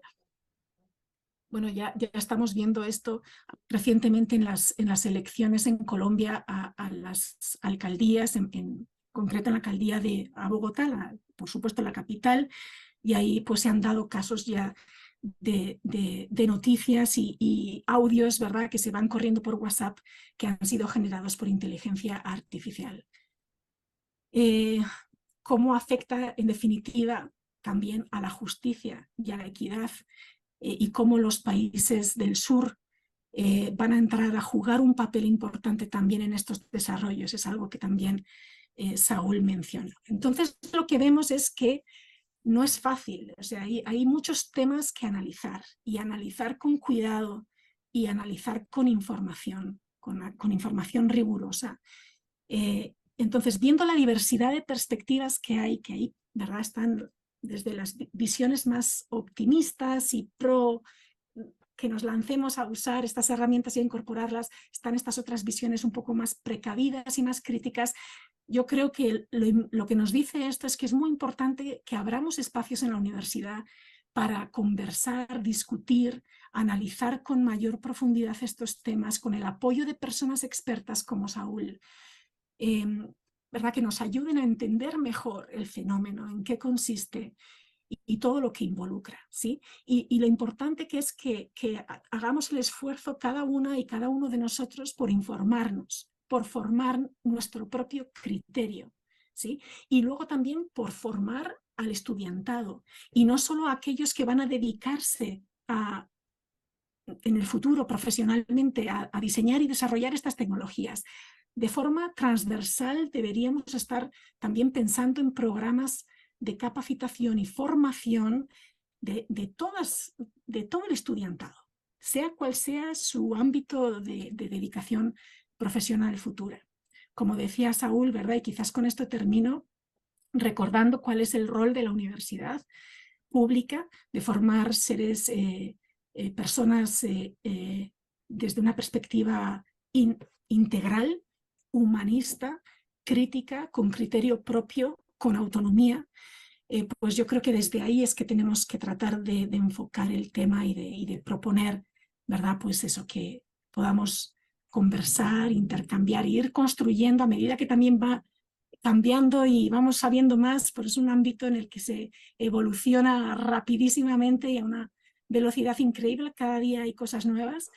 Entonces, pues seguir el paso a todos esos cambios y novedades al tiempo que podemos ir creando, ¿verdad?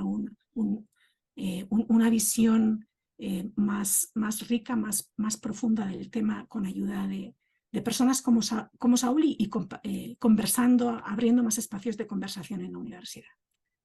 Muchas gracias a la doctora María Eugenia. Pues en este momento vamos a abrir el espacio para preguntas y comentarios de los participantes. De hecho, tenemos el chat bastante movido, así que agradecemos desde ya a todas las personas que han colocado sus aportes dentro del chat. Y brevemente voy a compartirles algunos comentarios y luego les compartiré algunas preguntas. Bueno, dice una compañera que muy interesante tener esta visión de los desarrolladores, porque creo que nos da una perspectiva de la parte no solamente técnica, sino también de lo ético y la incidencia de estas tecnologías en nuestra vida cotidiana. Bueno, otra persona nos dice que muy importante el tema económico en el país, muy atinado el comentario, como para relacionarlo con el desarrollo de la inteligencia artificial. Otra persona nos dice que sería increíble que se pudiera usar todas estas tecnologías, todas estas herramientas. La verdad sería muy bonito que hayan educadores que estén interesados en poder utilizarlo. Bueno, y por aquí hay varias preguntas para el doctor. Dice la primera, ¿cómo debo enfocar el proceso educativo si deseo que los estudiantes utilicen la inteligencia artificial? Bien, esa es una pregunta bastante compleja y quiero caer en el error, digamos así, de dar una respuesta simplista o algo muy, podríamos decir, reduccionista, ¿no? En realidad esto me parece que, como bien comentábamos y coincido mucho con María Eugenia, es necesaria una política pública para implementarlo, ¿no? Porque bueno, esto pasa por estimular a los educadores y también por ahí vi en los comentarios, pues implementar, con solamente el hecho de que no haya internet en muchas de las escuelas, pues eso limita mucho la posibilidad de implementar a gran escala y de forma, podríamos decir, efectiva ese tipo de tecnologías, ¿no? Pero bueno, eso no quita que, bueno, individualmente puedan haber esfuerzos, ¿no? Por ejemplo, bueno, hay posgrados ya en tecnologías educativas y imagino que también están pues incluyendo todo este tipo de nuevos avances en modelos generativos, con los LLMs, etcétera. Este recurso de la UNESCO yo creo que es bastante interesante, el que les hice por ahí disponible en la presentación para que pues allí pues distingan varios recursos. Yo pienso que, bueno, las universidades públicas podríamos, es parte del esfuerzo que debemos hacer, ¿no?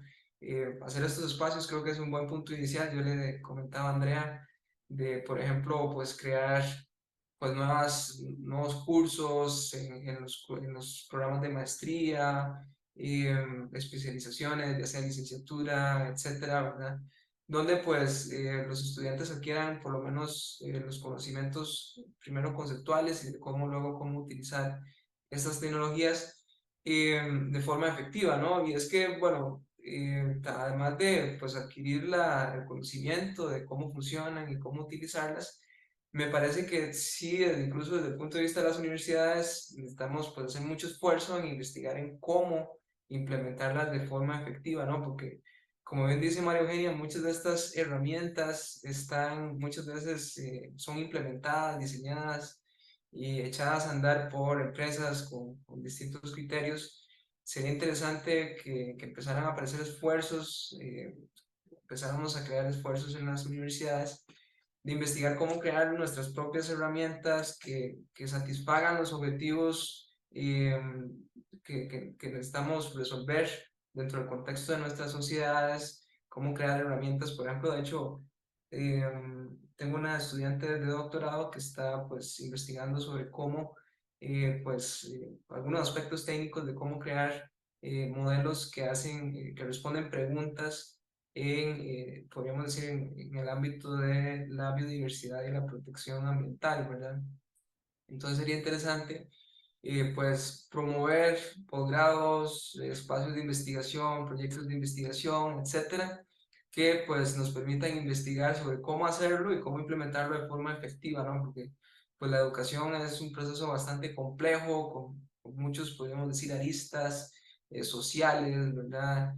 Culturales, etcétera, que pues hacen necesario que pues tengamos que ir más allá, simplemente utilizar una herramienta que fue diseñada e implementada en otro país con objetivos tal vez diferentes, ¿no? Entonces, hay muchísimo por explorar, hay, podríamos decir muchas formas de pues generar pues expertise y conocimiento, pero yo siempre valoro mucho y me parece muy importante eh, lo que es la generación de conocimiento, la consecución de proyectos de investigación que nos permitan entender con más detalle pues cómo pues, diseñar e implementar estas tecnologías de forma efectiva en nuestro contexto país, ¿verdad? En nuestro sistema educativo.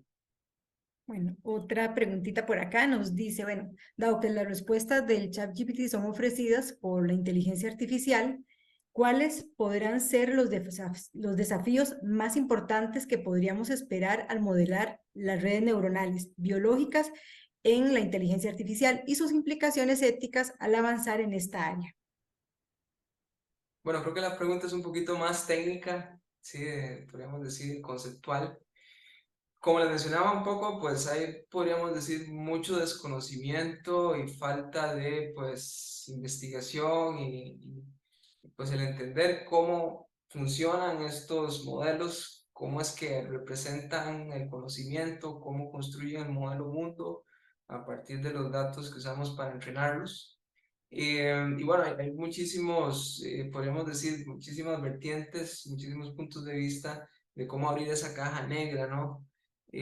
Yo trabajo un poco con el tema de estimación de incertidumbre, cómo podemos de alguna forma saber si, por ejemplo, el modelo está alucinando o no. Sí, sería interesante, y de hecho, eso es una crítica que yo he hecho y he escuchado a varios colegas de que cómo fue posible que OpenAI liberara un modelo como ChatGPT sin darnos una idea de qué tan seguro está el modelo de su predicción.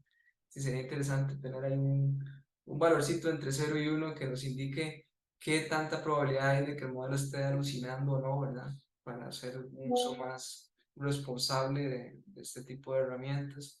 Y bueno, esto es un problema abierto que incluso desde el punto de vista de la regulación, pues a veces surge esta discusión cuando pues, eh, interactúo con personas que están en el ámbito de política pública y regulación, legislación, y es que pues todavía no sabemos exactamente cómo funcionan, entonces el cómo controlarlos y cómo gestionarlos y cómo regularlo, pues todavía en sí mismo hay muchísimos vacíos técnicos, ¿verdad? De conocimiento de cómo hacerlo.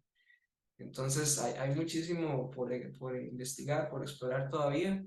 Y pues en el ámbito educativo, en el contexto del uso de estas herramientas, en el ámbito educativo, sin duda también hay mucho todavía por explorar, ¿no? Por acá otra compañera nos dice, bueno, esto a nivel de primaria, ¿cómo se debe abordar la inteligencia artificial en un salón de clase, ahora partiendo que es de primaria, para sensibilizar y empezar a desarrollar a las habilidades y conocimientos en esta población estudiantil a esas edades? Bueno, primaria es un contexto bastante diferente del que tengo poco conocimiento, siendo muy sincero, pero creo que es en sí mismo podríamos decir, un tema enorme de investigación que podría dar a un centro de investigación completo, ¿no? Con distintas líneas. Porque bueno, los niños tienen pues evidentemente procesos de aprendizaje muy diferentes a los adultos y eso hace que estas herramientas tengan impactos diferentes y investigar cómo usarlas de forma más efectiva en ese contexto pues es muy interesante, ¿no? Evidentemente, pues ya para implementarlo es necesario equipo, pues, recursos, como bien mencionaban en uno de los mensajes, pero sobre todo lo más importante allí siempre, me gusta hacer siempre el énfasis, es el educador, ¿no? Porque el educador pues debe tener la formación, el conocimiento y el estar al tanto del nuevo conocimiento que se genera de cómo utilizar estas tecnologías de forma más efectiva, ¿no? Porque pues estas tecnologías pueden ser muy provechosas para estimular a los niños. Yo he visto pues muchos casos de aplicación, ¿verdad? Por ejemplo, crear roles de forma automática, ¿verdad? De que el niño cree sus propias historias, sus cuentos, etcétera. Eso es algo que pues tal vez hablando de forma más concreta, estaba pues fuera de nuestras posibilidades hace unos cuantos años usando las últimas tecnologías de información, ¿no? Para acompañar estos procesos. Entonces, pues bueno, es un problema abierto y yo, le repito, ese enlace de la UNESCO creo que es bastante interesante y les puedo dar varios punteros iniciales, ¿verdad? De pues recursos que nos empiecen a dar pistas, pero en general esto es un tema bastante complejo que pues necesita de bastante estudio y todavía hay mucho por recorrer, ¿no? Hay mucho por investigar. Gracias. Tengo una pregunta, bueno, tengo varias preguntas, pero voy a hacer una pregunta a don Saúl y otra para la doctora María Eugenia. Para don Saúl nos dice un compañero, ¿considera usted que la inteligencia artificial puede tener algún impacto a nivel de equidad e inclusión educativa? Y para la doctora, desde un enfoque tecnológico y sobre todo ético, ¿cómo podemos usar la inteligencia artificial y cómo no deberíamos usarla?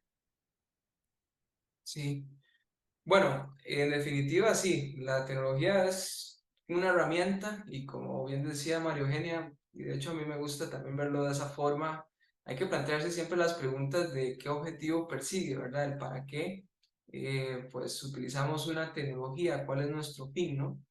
Y bueno, pues podemos utilizarla para formar personas bastante críticas, con una formación integral, humanista, etcétera. Esas tecnologías pueden usarse, por ejemplo, para ayudar a niños pues, a entender problemas o conceptos bastante más complejos, de forma bastante más interactiva, más divertida, etcétera.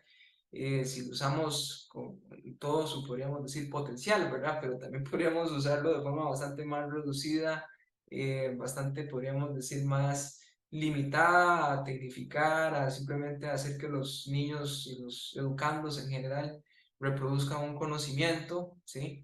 Y bueno, pues son formas de utilizarla, depende de nuestro, podríamos decir, nuestra concepción del sistema educativo y de para qué educamos a las personas, ¿no?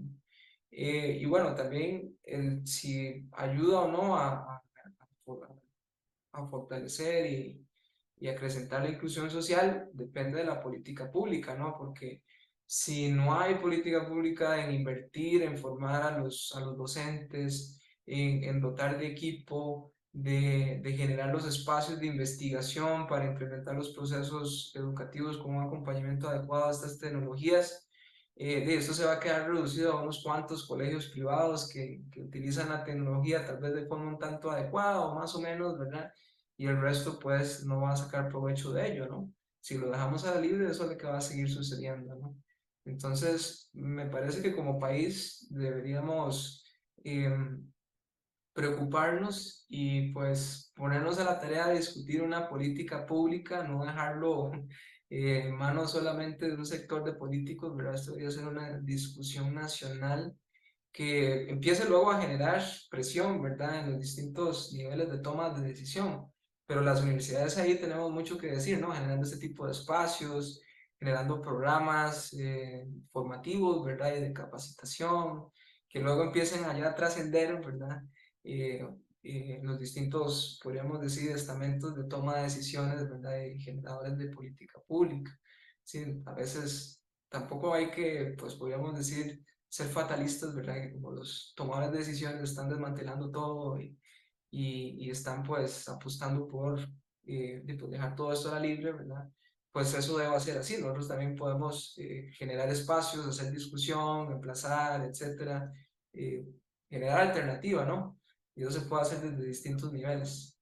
Por eso, bueno, este espacio, repito, que me parece muy, muy valioso desde ese punto de vista. Adelante, María Eugenia. Sí. Bueno, yo creo que quizás, bueno, es una pregunta que sobre la cual podríamos conversar muchísimo, pero podríamos como hablarlo, enfocarlo desde dos perspectivas. Desde la perspectiva de quienes diseñan estos sistemas. Bueno, pues hay hoy en día, ¿verdad? Colectivos que están proponiendo modelos, ¿verdad? De investigación, de desarrollo, que parten de principios éticos, de equidad social y demás. Entonces creo que hay una serie de consideraciones que podrían tomar quienes hoy en día y los que en el futuro se van a encargar de diseñar estos sistemas para asegurar y trabajar de que en la misma concepción de estos sistemas, su diseño, su desarrollo y su implementación estén basados en principios éticos, ¿verdad? Y hay todo un movimiento hoy en día para que haya una regulación a nivel internacional y nacional, ¿verdad? No sé cuál será el estado de la cuestión aquí en Costa Rica en términos de una regulación del diseño, del desarrollo, de la implementación de estos sistemas. Y luego está la perspectiva de las personas usuarias, de quienes lo que hacemos es interactuar con estas herramientas desde la perspectiva o el rol de usuarios. Y aquí me gusta compartir unas recomendaciones que vi que están dando en la Universidad de Leuven en Bélgica para el uso responsable y ético de estas herramientas y me gustaría compartírselas así muy rápidamente, ¿verdad? En primer lugar, usar estas herramientas de inteligencia artificial generativa como un trampolín, como un primer paso a la hora de hacer cualquier producción de contenido, ¿verdad? Como para ayudarnos a dar ese primer paso, enfrentarnos a la página en blanco, con una primera, a modo de un primer andamiaje para saber un poco cómo encarar una determinada tarea o como para hacer un primer análisis de datos, ¿verdad? Pero nunca para sustituir por entero todo lo que tiene que ser nuestro aporte, ¿verdad? Nuestra construcción personal.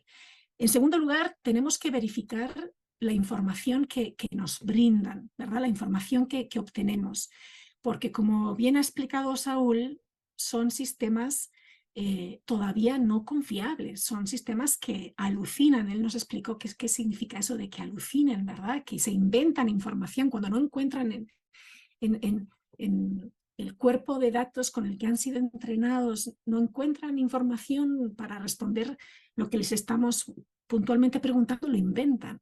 Entonces tenemos que verificar siempre, ¿verdad? La validez, la precisión de esa información que nos están brindando.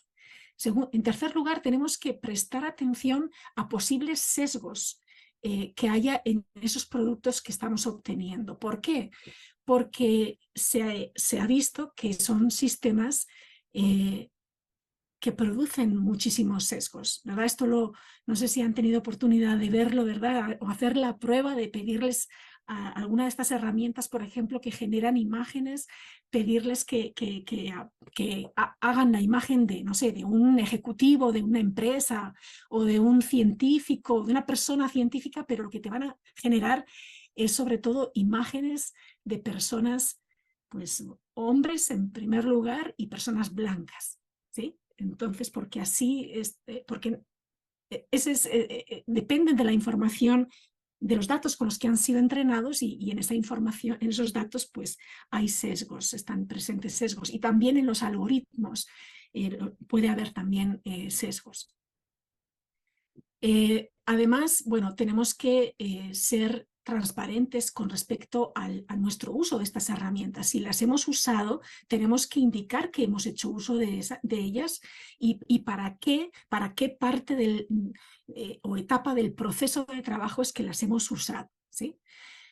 Tenemos también que ser muy cuidadosos con la información que insertamos, que insertamos en estas herramientas, ¿verdad?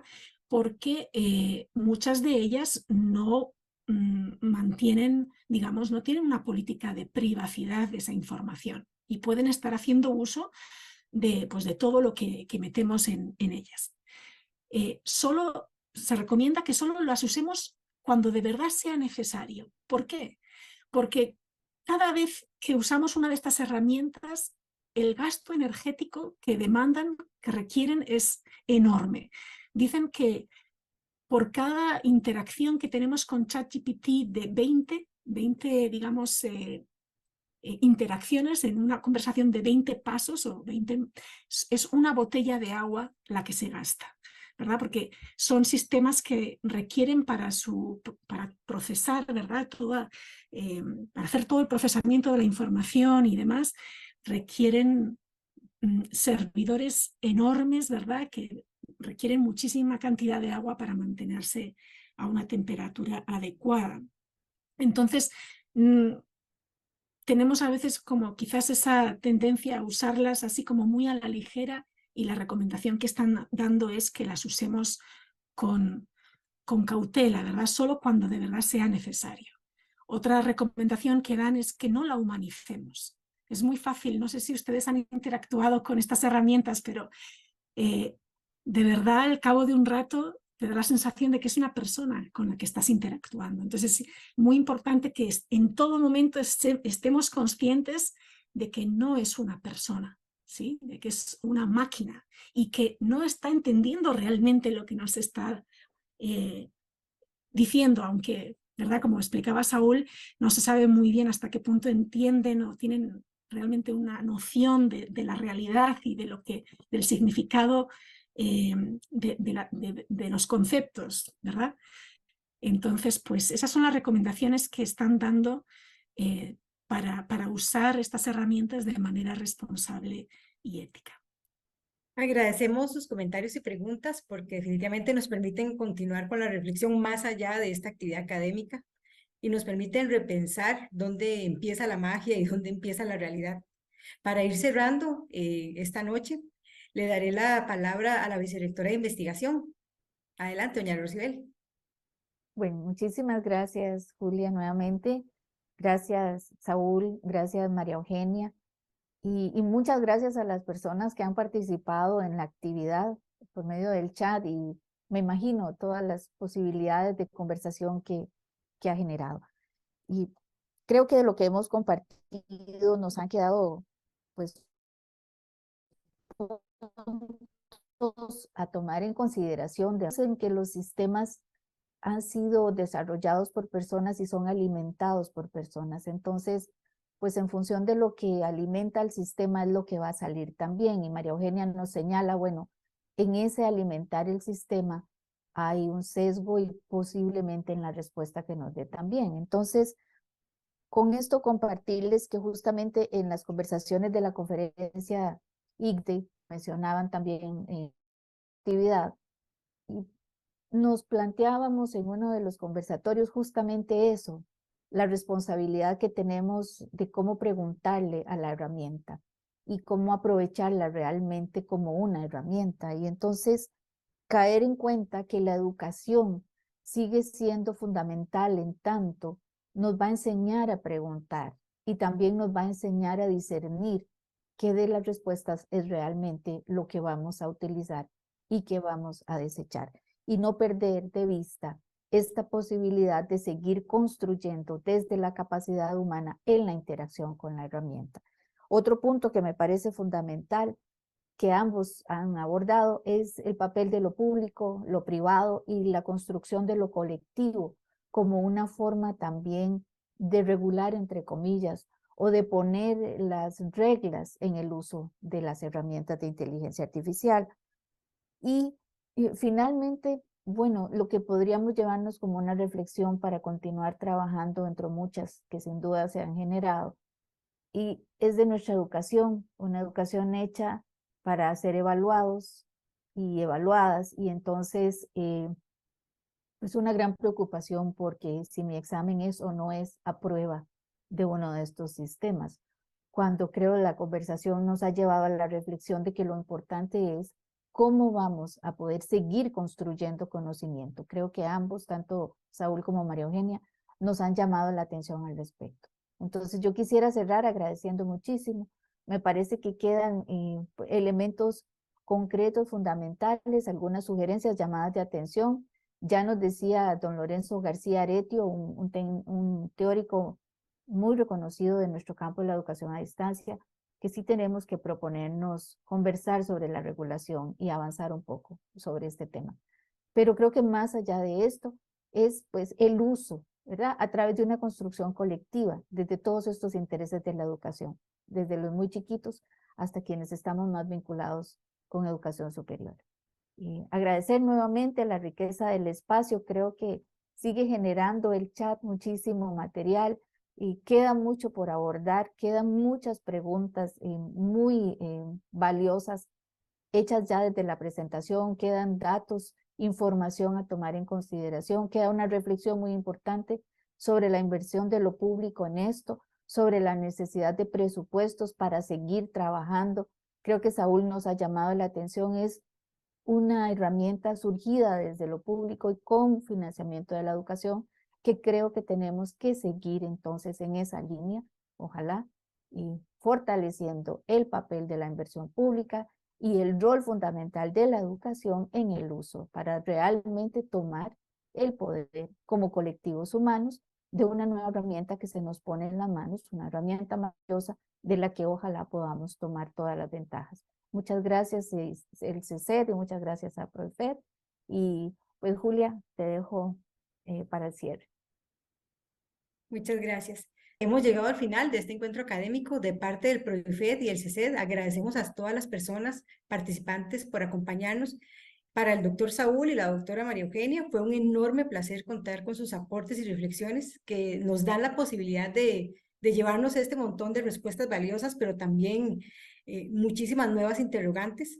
Esto nos da la posibilidad de asumir definitivamente nuevos retos, nuevos compromisos para con la educación superior y la formación de nuestros futuros profesionales. Así que muchas gracias a ustedes nuevamente. De mi parte, solo quiero agregar una frase de Paulo Coelho. Dice, la magia es un puente que te permite ir del mundo visible hacia el invisible y aprender las lecciones de ambos mundos. Muy buenas noches y gracias.